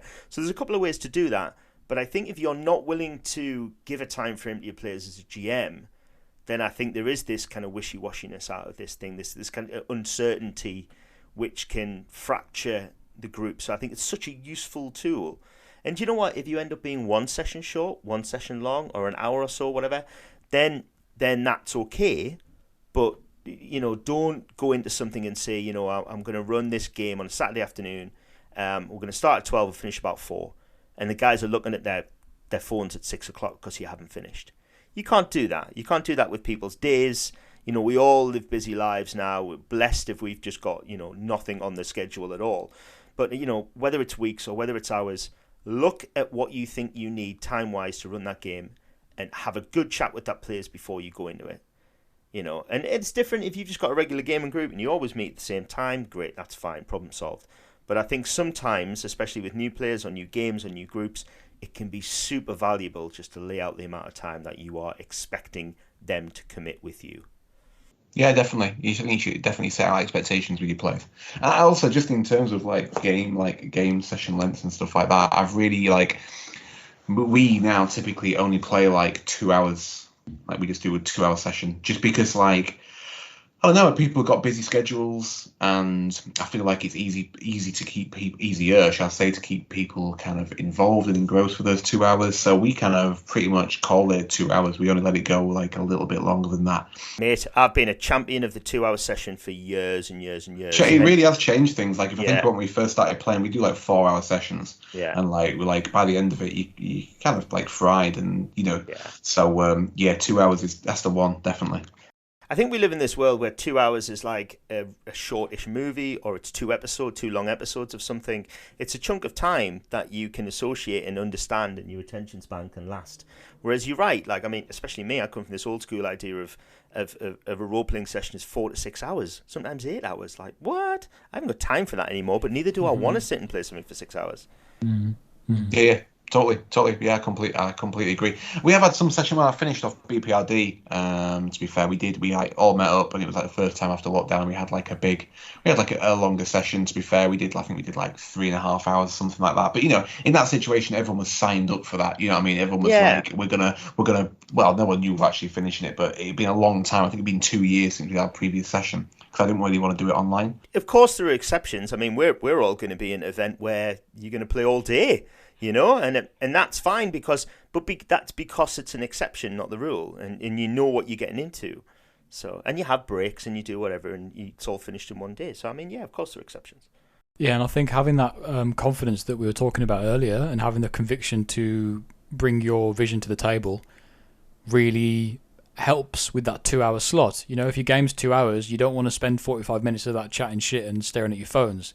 You have 2 hours to present the game, and if you've got a lot of stuff to get through, that means staying on the game for those 2 hours, and then it's in, out, and done in that time frame. You keep it tight, but you keep it focused at the same time. And I think, if you give yourself 30 days to clean your room, it's going to take 30 days. But if you give yourself 2 hours to clean your room, it's going to take you 2 hours. So having that time span and setting the brackets of time is really integral to how the game's going to turn out looking. If you say, guys, we've got 2 hours to do this, then everyone knows, all right, sweet, we're going to be in and out. Let's focus while we're here, because I haven't got to give my time for 3.5, 4 hours as a general rule. So I think it makes for better games, in my experience. A shorter time frame. It makes for tighter, more focused games. Yeah, definitely. Yeah. You've only got a certain amount of time to get your point across. So no kind of flim-flamming and messing around. I guess everyone in the room is on that same page as well. We've got shit to do. We've got 2 hours to do it. So let's kind of phones away. Let's focus, and let's actually play the game. I think maybe that segues backwards into something we talked about with anxiety prep. If you can sit down with your players and go, look, let's just play till 4 o'clock, or we're just going to, or we're only going to play till 2 hours, or do whatever. They know what they're into. If they've got stuff to do, they don't need to be itching and answering messages or whatever. It's only an hour and a half, guys. Just do it in a bit, Just focus on this game, because it's not going to take forever. But sometimes when you don't know the end of something, that's when you get a bit antsy. Do you know what I mean? Yeah. And, like you said, with regards to preparation for a game, there are times when I'll be writing something up, got the intro, got some NPCs going on, got some like plot hooks, got some relics or treasures or whatever. I know where the players are going to be. I know that, okay, they've got to go to this location, they've got to get this thing, they've got to go over here. And then I might just leave a big old gap in the middle of my prep on purpose. I might say, all right, there's going to be an hour here where I'll see what happens. I haven't written anything. Or there's going to be a chunk of time here, or there's a big window where I know by the end of it they're going to have to be in X or possess Y or have killed Z. But I don't write everything verbatim down, you know. I don't have everything prepped properly, and that gives me time to work with. If the game's running over, I can really pull it tight together. I can, you know, there's nothing there for me to get rid of. If the game is going a bit slow and I want to pick things up a pace, right, okay, well I've got a big chunk of time here, let's see what action I can fit in there, or let's see what I can riff off that the players have given me so far that I can use to fill this window of time with. So giving yourself room to play with in my experience anyway, helps me deal with my preparation anxiety, because I know that I know that I've got room to work, and I can be checking my watch during the game and going, all right, okay, I've given myself room here, and I know if I want to, I can either take this forward or move it back a little bit. And having that space, that really helps as well to kind of keep the game on track, you know. To kind of add to that, for a lot of people, again, I keep using D&D as an example because I don't know, maybe majority of our listeners don't play D&D, but I think a lot of people do. So for that purpose, don't underestimate how long combat takes in D&D. You know, if you are gonna, don't think you can fit, you know, 4 or 5 different combat encounters into a 2-hour game, because you can't. Put in 1. If you're playing for 4 hours, maybe put in 2, and cut them short as well. Yeah, and cut them short. Have some ways to kind of deal with that, because D&D is not friendly to the time schedule in terms of combat. It's mate, we really found that when we again started playing, and you know, Nate was running the games, and we'd spend, this is when we were playing like 3 or 4 hour sessions, and we'd spend over half the session just resolving combat. And it's just, and again, a lot of that is down to the way that Nate ran combat, and we did give that feedback to him. And when we have done sessions with him since, it's been run differently. He would just we found, because Nate's D&D campaign was very much it was based upon human conflict rather than fighting ghouls and stuff like that. So it was a very human conflict. That's sometimes we ended up fighting 15 spearmen, and which just took 3 hours, and you just oh mate, some of the sessions were just fucking painful for Nate as well. Do you know what I mean? Yeah, it's a slog. Yeah, and that actually is a design flaw in D&D, in my opinion. I don't think it's a GM's fault, because you know, I've noticed it myself when D&D 5th first came out and I got into running it. You know, I ran it for a long time with a big group, and I always thought, oh god, when there was a big combat coming up, I just thought, oh, this is going to take forever. Even if I try and rush through it, if you play it as written, which a lot of the people at the time were turning up for a D&D game as written, it's hard, man. It's hard work. And I think they really need to make some changes towards simplifying that. And it doesn't surprise me that Wizards of the Coast are pushing D&D in a kind of non-violent combat direction. But even for those who want to continue to play in that kind of hack and slash milieu, I think they really need to streamline combat, because people's attention spans are a lot shorter, and I think people want to do those super combos in a kind of video game-esque way, but people don't want the grind, you know, that combat has become in D&D. So it'd be really interesting to see with the revised version, 6th ed, that comes out, whether they make any changes. But I don't think they will, but I think moving forward over time, I think they'll have to if they want to keep people's attention. Yeah, it's tough, right? Because you've got all these characters and classes and combinations that you can create as a player, and all these moves you can use in combat, and all these spells and schools and abilities and things, and it kind of necessitates combat being long so that every player around the table has an opportunity to use all these things that they've got on their character sheet. I'm trying to think if there's a quicker way to do it, but there just isn't really. I manage combat by just having it happen fast and getting it over with. So there might be times when I'll just, in my head, I'll just pick 2 of the players at the table, and there'll be a little combat, and 2 of them will get to fight, and then once they've done a few actions, I'll just cut it off and I'll move on. I'm like, then, all right, well, those two players didn't get to fight this time, so I'll have something else later on where they get a piece of the action. But going around and around and around and around, honestly, it ruins games for me. So I try and find ways around it. But like you say, written as played, I don't know if there's any way that you could possibly kind of streamline the system as it stands. There's a hack. Maybe somebody else has done this, but I haven't read it. This is I came up with this, but I'm sure somebody else has as well on the interweb. But what I did with D&D 5th especially was I made sure I was aware of my characters and my party's damage output per round on average, which is not difficult to calculate. You just do an average dice roll. You know, you can figure out your barbarian's doing on average, 2d8 plus whatever, plus your strength bonus. You should have access to the character sheets. You can see them. Figure out your average damage output per round from the party. Then all you need to do is figure out how many rounds you want to run the combat for, and that's how many hit points you give the creature. So forget anything else. So if you want them to fight a dragon, but 5 rounds, that's quite a lot of time. That's enough time for everyone to pop off a special ability or a spell or whatever. 5 rounds is all cool, different. If their damage output per party, for the whole party, is 100 hit points, give that dragon roughly 500 hit points. Then if they do really well, great, they're going to kill that dragon faster. If they don't do well, that dragon's probably going to do a lot more damage. It's as simple as that. Like, that's how I would view things. And don't worry about the hit dice that are presented in the monster manual or whatever, because part of the problem and why it becomes a grind is it becomes this thing where you're bashing down this health bar that just takes forever to get down. And the problem is that there aren't many or any downsides to a creature having a very low hit point count. It can fight as functionally at 10 hit points as it could at 160 hit points, which in itself is bonkers. So think about how long you want that combat to last. Figure out your party's damage output. There you go, done. If there's a troll and you want it dead in 2 rounds, cool. Give it X amount. Give it 40 hit points. If you know the party can dish out 40 hit points in a round, Bob's your uncle. You know that combat's only going to take a round. And then it's just a matter of just sorting out the initiative order and putting the pressure on the players to make a decision fast. So once you've determined the initiative order, which I've often found in big groups is best just to go clockwise or anti-clockwise, if I'm honest, and just start and go, right, your action, what you can do, and just say, this is a combat situation. If you're going to and air, we'll come back to you. And you don't miss your turn, but you don't get to do something right now. You've got to wait while everybody else does it. And most players will suddenly go, oh, well, I'm going to do this, because they don't want to wait, because they're impatient. So that would be my advice. Nice. Good advice. As always. As always, yeah. And another way of doing it is to, and this has always been my preferred approach as well, as opposed to calculating hit points, which is 3 words that make me feel a little bit sick inside. That's D&D. I know, yeah. Well, there you go.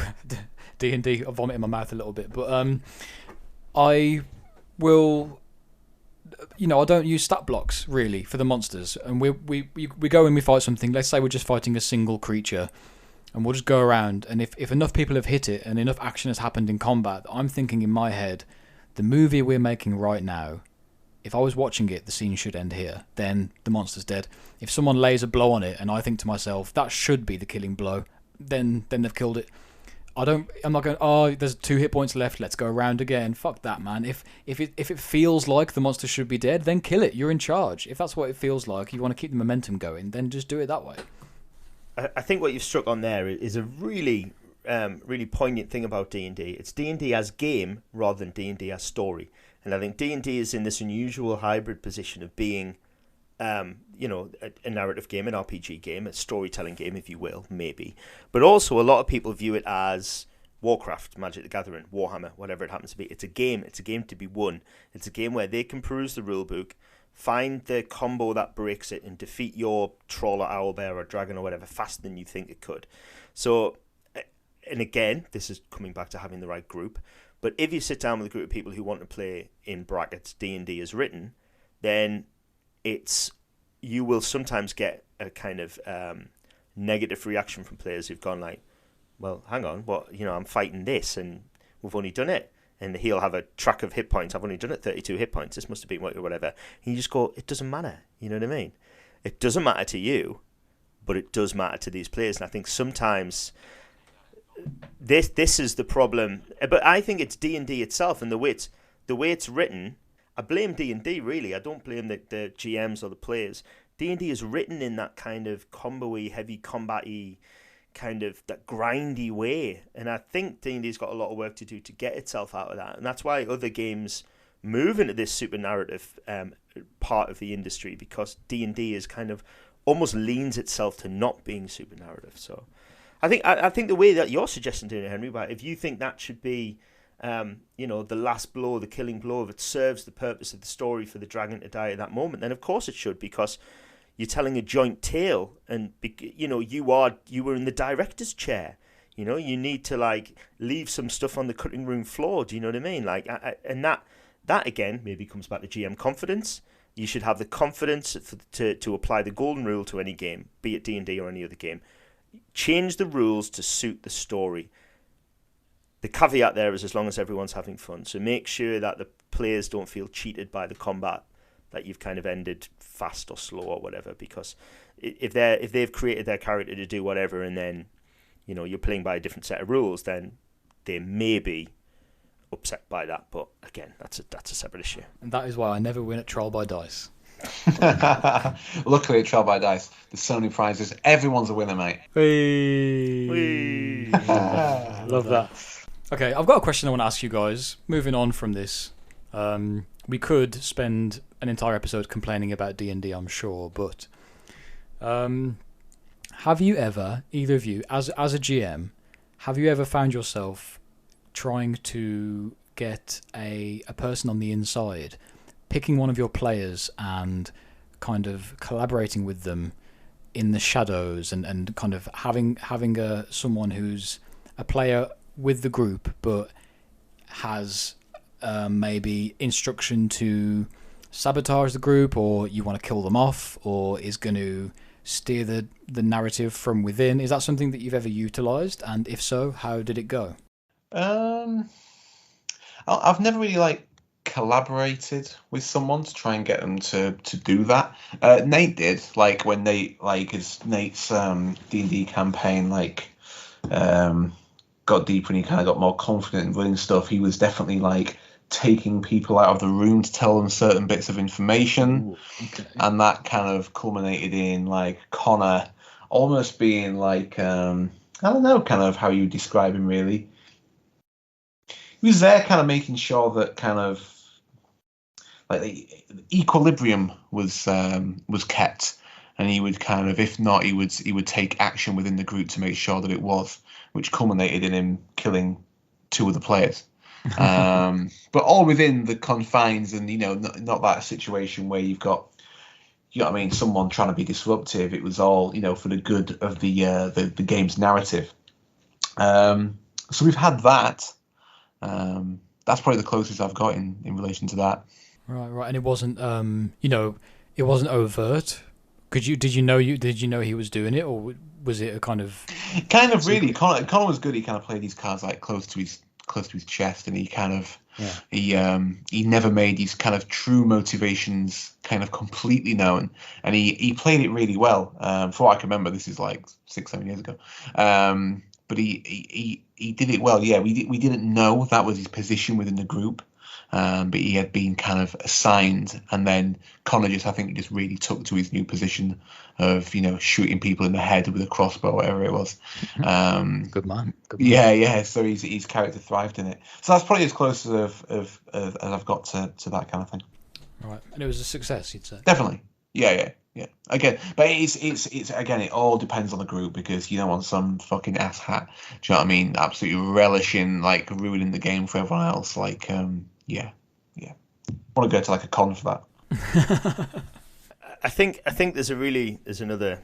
I'm dishing out all the GM advice here. That's what we're here for. Yeah, there's a really interesting way to look at either taking people out of the room to have little chats with them, or passing notes, which is often a thing that's done in role playing games to different players. My suggestion would be, even if you only need to pass one note that session to one player, make sure you pass a note to every player.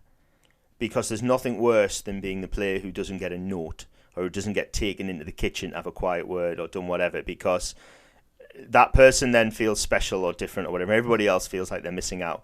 So if you can, even if sometimes that note could be blank, You could pass blank notes around the table all the time, and then nobody knows when something's written on it. That becomes a joke and a kind of cool thing in itself, because then there's a poker bluff element of at least that player being handed the blank note knows that the other players think they have something, and that's just as important as actually having something.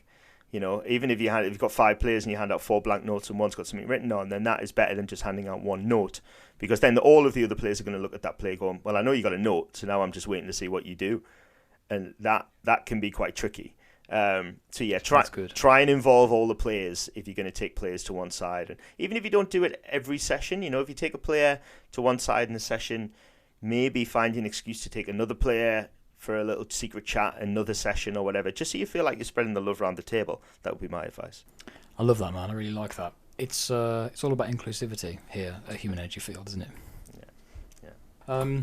Okay, what about then, how can we make a challenging dungeon? This is another question that we got, which was one that I really liked, so thank you to whoever sent this in, but I think there's a difference between an interesting dungeon and a scary dungeon and a challenging dungeon.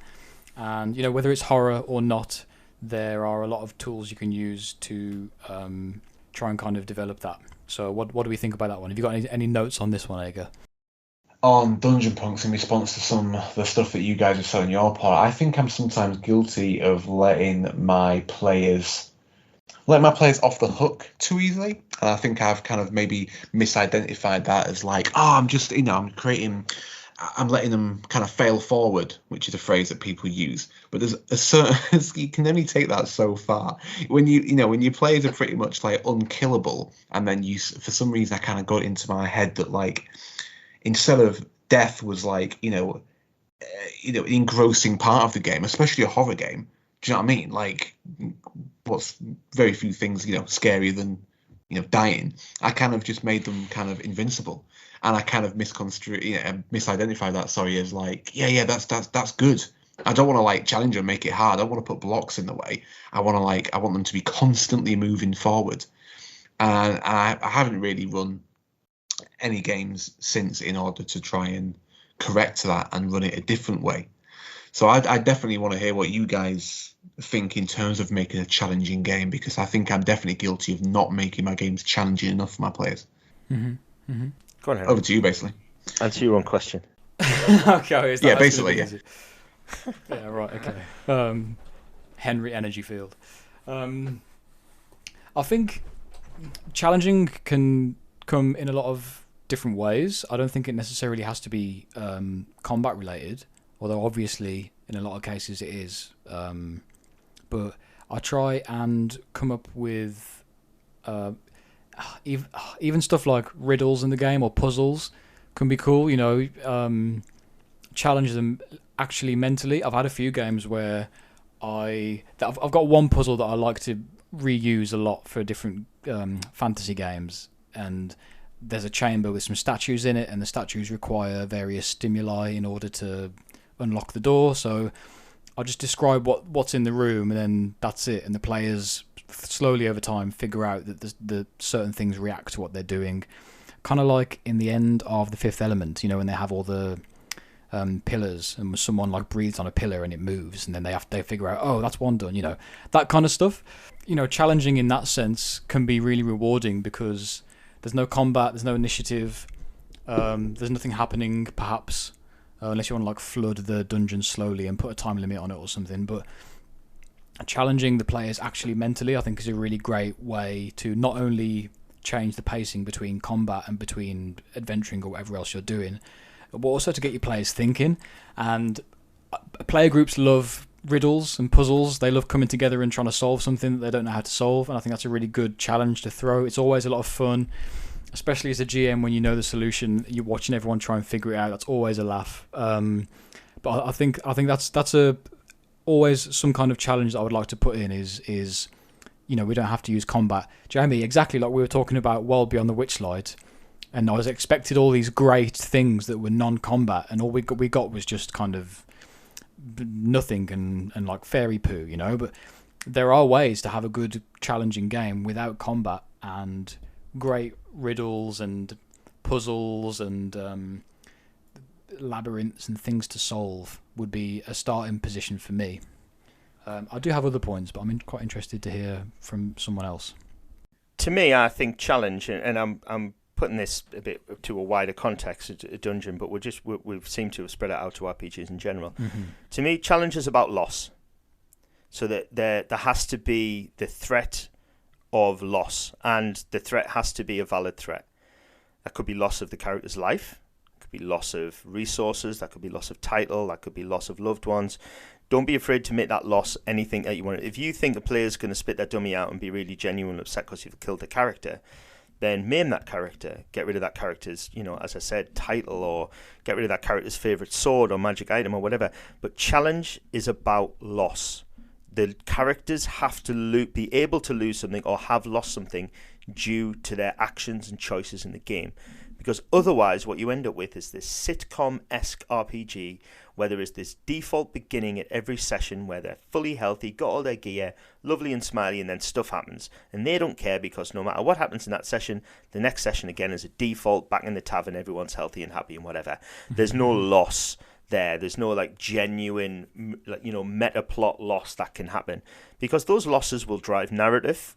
They'll drive kind of people's decision in future games whether to do something because they don't want to lose their weapons or they don't want to lose their character. I think what you need to do, we've mentioned this loads of times, so I'm not going to hammer that too much, but you have to get across to your players that losing their character doesn't mean they have to stop playing the game. That is the biggest thing, I think, to get across to people. But people have this fixation on characters, especially in traditional games. I think sometimes in games where they don't spend as much time creating their characters, they can throw them away a lot more. Morkborg, DCC, Lamentations, all that kind of stuff. And that's fine. But there still has to be an element of loss, because otherwise there is no challenge. And that's why I think things like Morkborg, Lamentations, DCC, lower level DCC and the grinds and stuff, don't have an element of challenge, because the players aren't bothered about what they will lose in that game, because they feel they will ultimately win. Do you feel like there's scope to be challenged using what you have to move forward, rather than the risk of moving backward, if you like? I'm thinking about what the challenge of climbing a mountain, not necessarily thinking about you're going to fall off and die, just the challenge there is the endurance. Can you make it that far? Do you have what it takes? That kind of challenge. But the challenge is the loss, because if you go to climb the mountain, if there was no danger of falling off or not succeeding, then you would just climb to the top and done. It wouldn't be a challenge anymore. The challenge is the threat of loss, and that loss is of your personal health. That's the challenge. Or your reputation, maybe. Or whatever it happens to be, yeah. Because to have no threat of loss, then there is no challenge. Yeah. He makes a good point.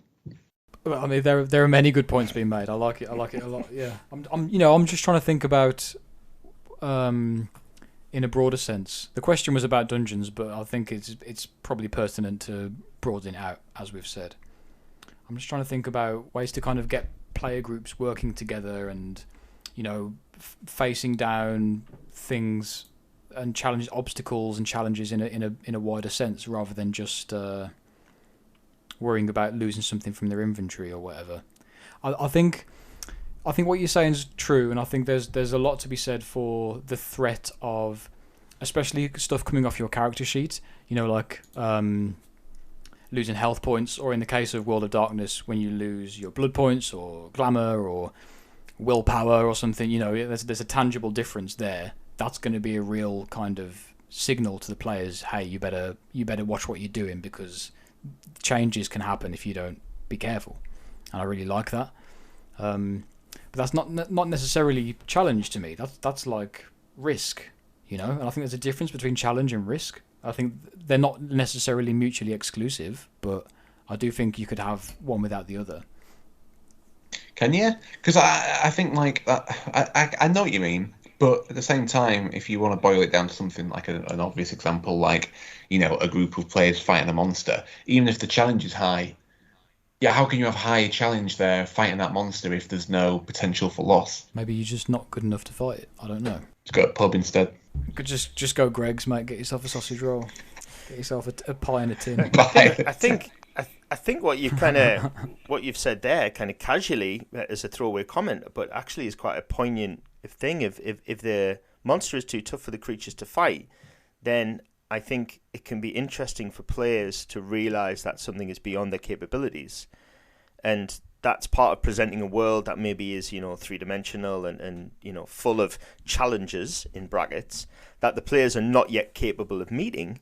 But they still exist for, hopefully, the characters to return to when they have, leveled up or got certain right equipment or knowledge or whatever. So I think sometimes that can be a great way to set a challenge by littering the campaign area, whatever it is you've designed, be it your country or province or island, with things that at the present moment the characters cannot defeat, but they have the potential to defeat in future should they follow that path. And I think maybe that in itself could be a challenge, because then I see what you're trying to get at. What that is you are aiming towards being able to complete the challenge rather than, what am I losing? What can I gain is the opposite of that. What can I gain from this challenge? And I think if I was going to be pedantic, I think there still has to be the opportunity of loss. But I get what you're saying. You take away the loss element and you just go, look, here's what here's what your character can win. You can win the hand of the maiden. You can win the job at the city watch. You can win the golden fleece. You can win whatever. Here is this risk reward. It's rewards that you're looking for is the challenge. And if you can defeat the challenge and you get the reward. So maybe, the opposite way of looking at that is, what can my character gain from this? Yeah, positive reinforcement's always trumps negative reinforcement, doesn't it? So I'm just trying to think about, what would you use as motivation for your players to want to take part in one of those challenges? Why are they there? Why aren't they just going to turn around and go to Greg's? Why are they going to face down this thing? It's because there's something waiting for them at the end. I think part of the problem of a lot of modern role-playing games and a lot of role-playing game groups in general is that it is reward-based thinking that moves them forward. I get paid, I do this. I get treasure, I do this. And it's like, the real reason behind why the characters doing the things that they're doing is part of, and we drag this back to prep and anxiety prep and stuff like that. And it's like, if the biggest reason, the biggest part of the whole thing is the reason why the characters are doing what they're doing or want to be involved in what they're doing. And if you can get that hook right, that motivation, if you can get that right, when we're back to acting in films, what is my motivation, darling? Why am I doing this? Mm-hmm. And if as a GM you can get the motivation right, then that's half the battle, really, if not more. Yeah, you want your characters to have believable reasons for being in the world. And, I've played in games where the plot hook is something like, I don't know, you're all working for the Mercenaries Guild and you've been tasked to go out and clear a forest of goblins, and I'm like falling asleep before the GM's even finished the brief. I'm like, well, no, give me something that actually I can grasp onto, either emotionally or otherwise. I don't have to have an emotional connection with every character that I play, but plot hooks, lazy plot hooks, are one of my big pet peeves about RPGs. You can have an interesting game that starts in a tavern. Environment I don't care about. You start a game in a tavern, that's cool, I don't care. It's just got to be something that will allow me to go forward for an entire campaign if necessary, with this one thing in mind. Maybe it's like revenge on someone who's killed your relative, or something that's going to really drive the heart of the character that you're playing. And if you don't touch it, then you don't touch it, but it's still got to be there for me. I don't know about you guys, but I kind of need that to jump off. To drag Ager back into this and to back to reference BPRD, did you find when you set up your BPRD game that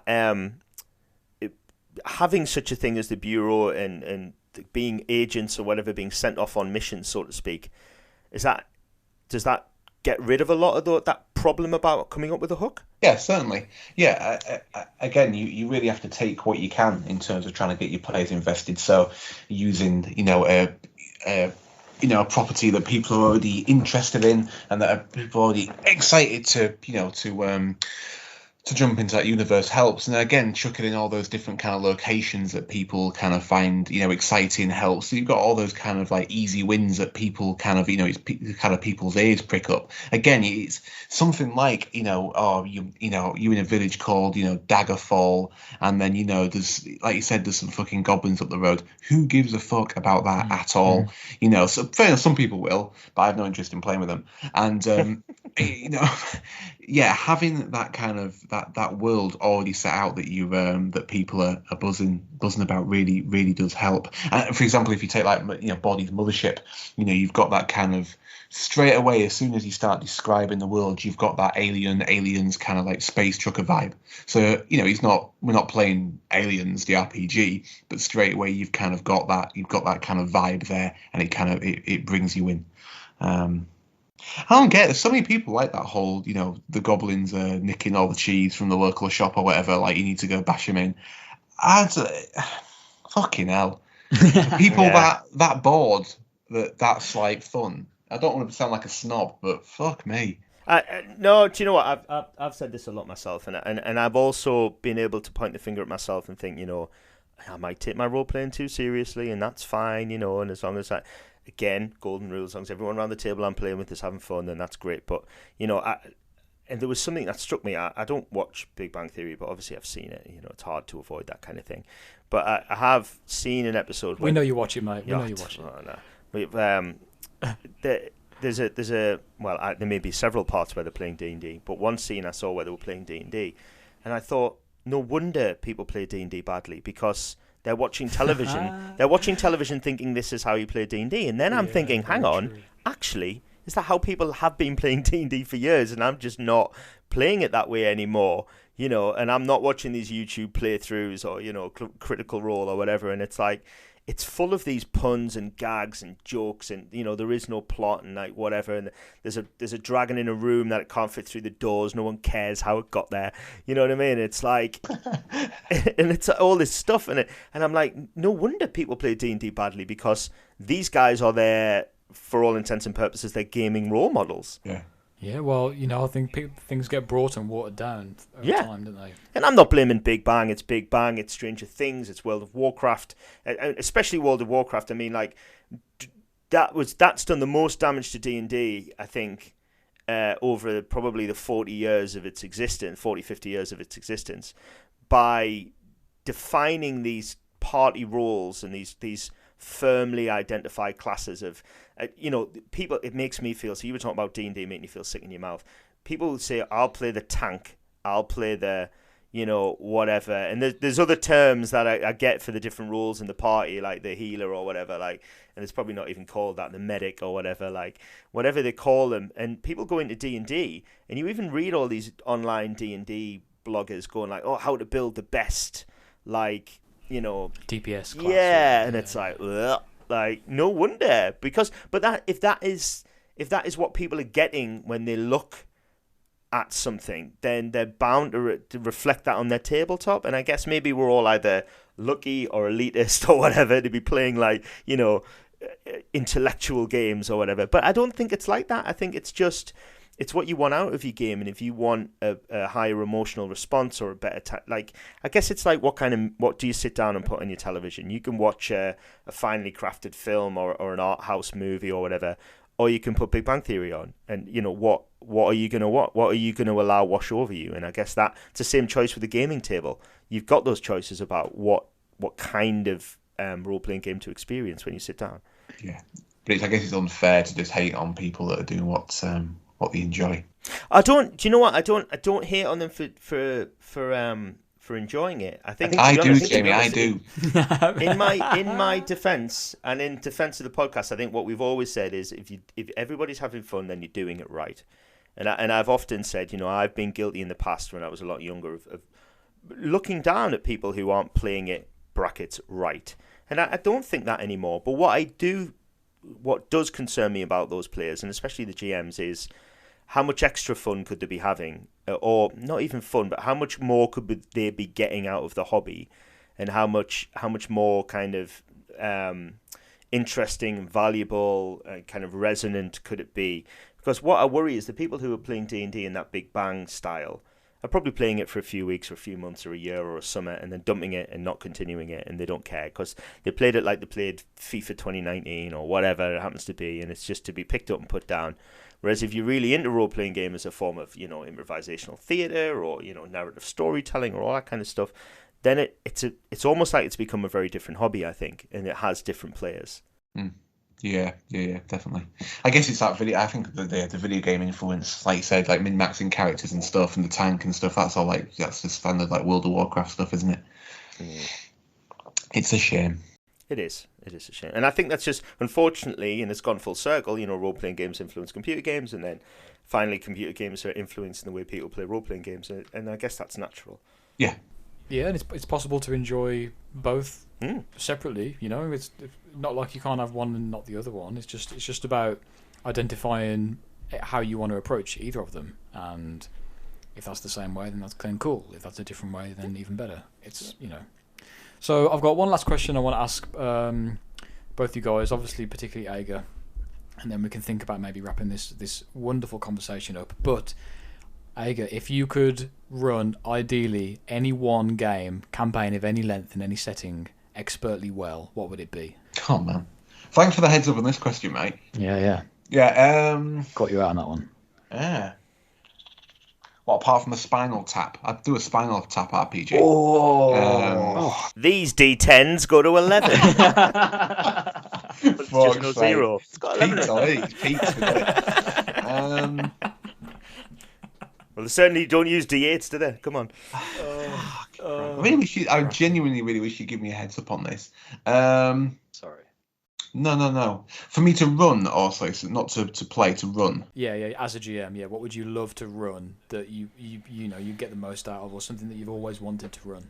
Oh man, this is such a basic bitch answer, but probably a Star Wars RPG. That's not basic. That's cool. There's a lot can be done there, man. Definitely. And I know you're an old school Star Wars fan as well, mate. So that would be a big. Star Wars, as it is for billions of people, is one of the first slices of sci-fi I ever watched, devoured, whatever you want to call it. So I would say, yeah, if I could do a good RPG, a good campaign set around those kind of the time of those original 3 films, take some like real deep cuts, plenty of Easter eggs in there. Do you know what I mean? I think if you could do that well, then. Oh, you know what you could do? You could do one that's set on Coruscant during the death of the Emperor, and you could have like a political turmoil game where the council's been overthrown or something like that, or you could do like a court intrigue on Naboo or some shit like that. You could just pick a random little environment and just go wild with it. Maybe. I'd be interested, if you could actually make some of those like political, kind of workings interesting. Because if I think about my early experiences watching the prequels when they came out, that was the driest thing about them. It was just like politicians talking in corridors about like the trade unions, like, have you heard how much they tax us now for eggs? It's a fortune and stuff like that. And I'm like, what the fuck is this? Where's the fucking lightsabers? Yeah. So if I could make all that kind of side of the Star Wars universe cool and interesting and hard, then I would definitely give that a go. So we did play, like, Bordy ran a Star Wars game of Star Wars. Jamie, who printed that original RPG? West End Games did the first one. That's one. The one, yeah. He ran us one session of West End Games, but there was about 8 players. Everyone wanted to play it, and obviously because Bordy's a psychopath and a complete like sadist, he was just like, it'd be right, it'd be right, it'd be laughing. And there was like 8 players, and it was just complete chaos. Just basically like. Yeah, it was just nonsense, mate. I think I went and got like a space kebab or something at one point. It was just out of control. There was nothing happening interesting. So if again, not to put it back to Bordy, but if anyone could do justice to that universe, it'd be Bordy. He's got all the deep cuts. Wicked. What about you guys? Jamie, I asked the question. It's up to you to answer. All right. I think if you can. What I would like to do is probably run a historically based game of Ars Magica, which is, for those people who don't know the game, it's been through several incarnations. It was originally done by Lion Rampant, but the version that I love is the White Wolf 3rd edition. It was Mark Reinhagen and Jonathan Tweed, who obviously went on to do Mage the Ascension.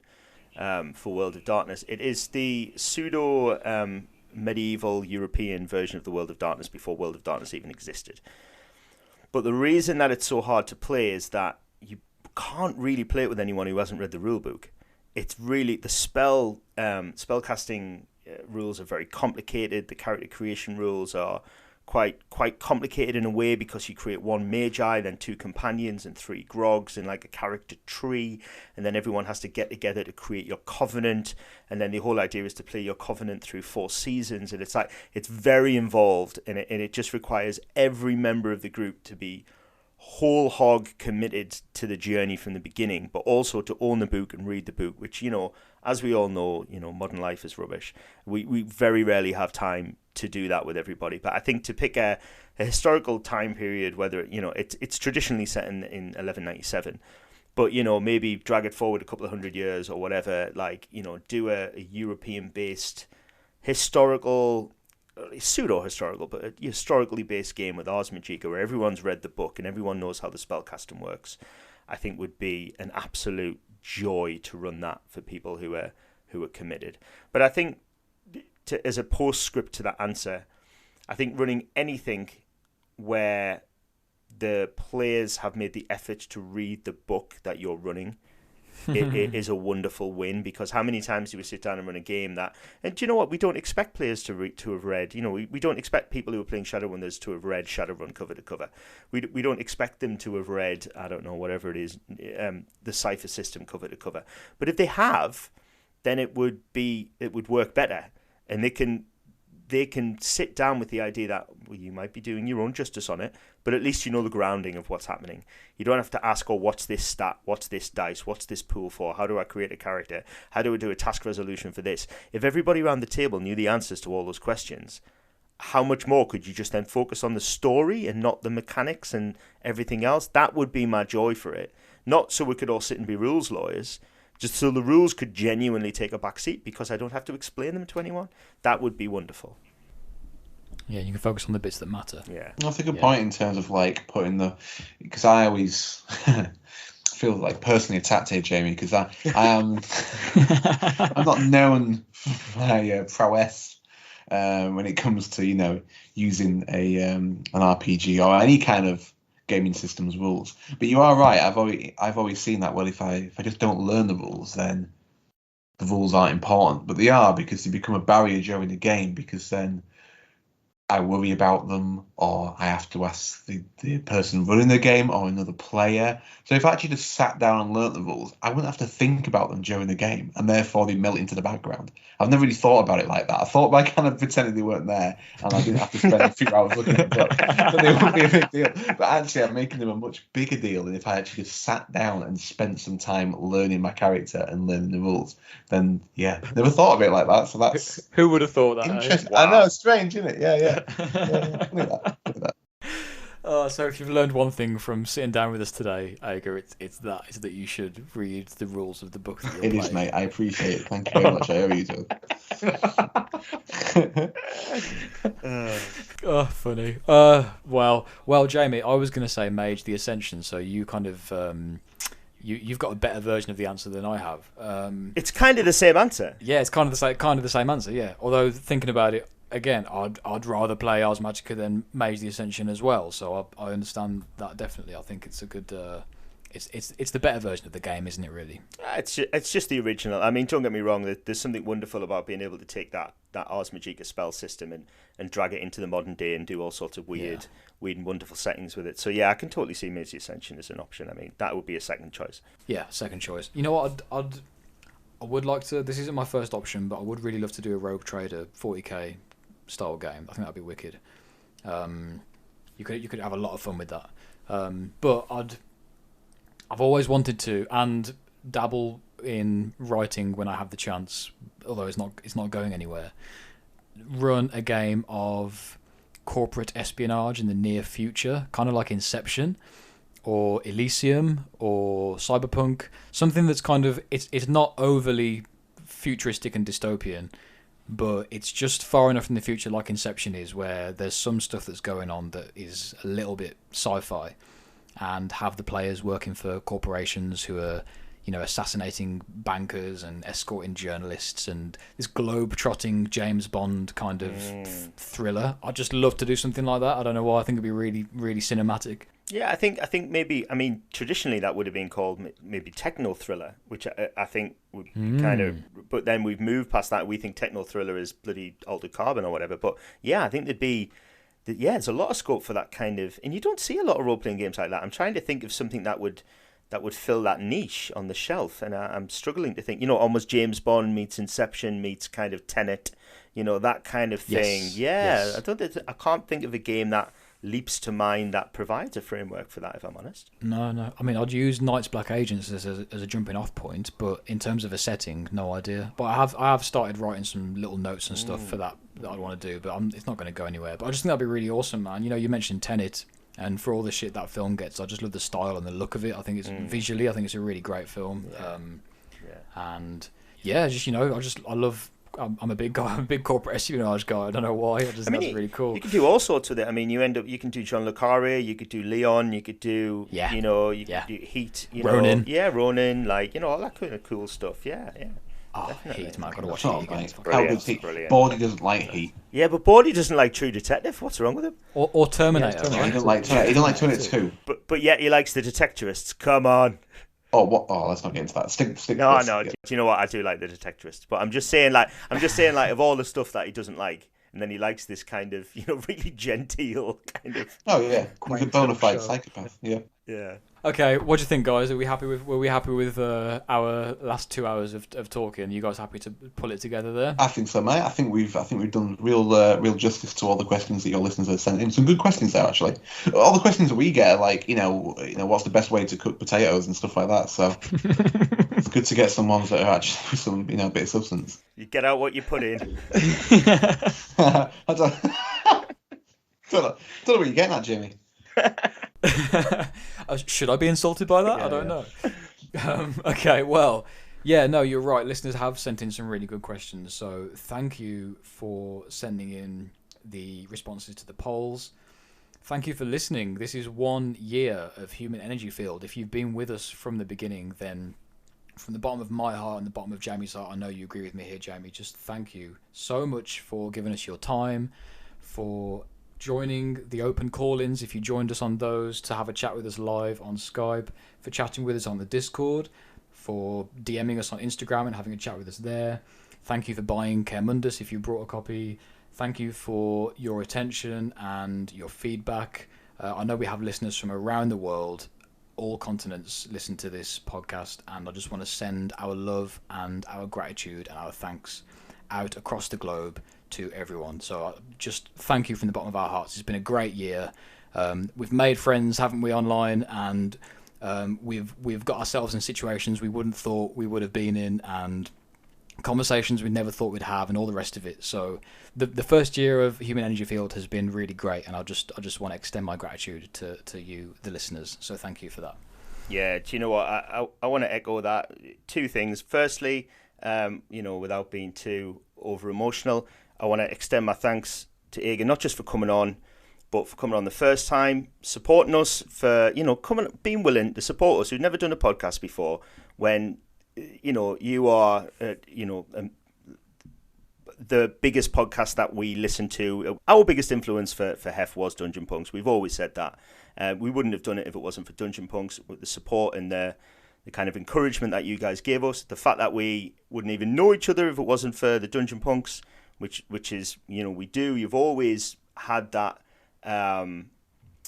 that atmosphere and that motivation, that attitude that Dungeon Punks has got is always something that I've genuinely respected. And that inclusion, that genuine give a shit about other people and want to get stuff done. And I think, all jokes aside, I think Dungeon Punks has made a big difference to me and the way that I look at things and the way that I look at games. And I think it probably does to a lot of other people. We do things differently here on HEF, but I think, well, we all know that when it comes down to brass tacks, we're all fighting the good fight, aren't we? And thinking the same thing. And secondly, I just want to thank everybody who is really active on the Discord.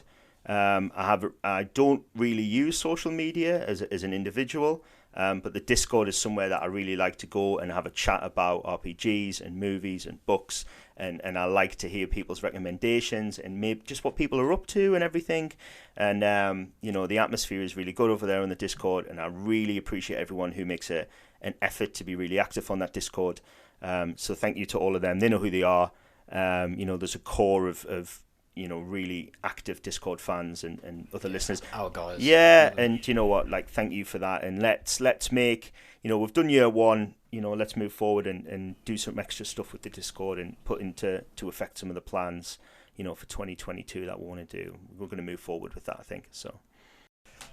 So without further ado, guys, thank you for listening so much. Stay tuned for the next Year of HEF. We'll see what other plans we end up overshooting and what else we actually get to bring to fruition. But from us again, thank you so much. So until next time, stay tuned. Stay safe. Stay hydrated. Ow! Wow!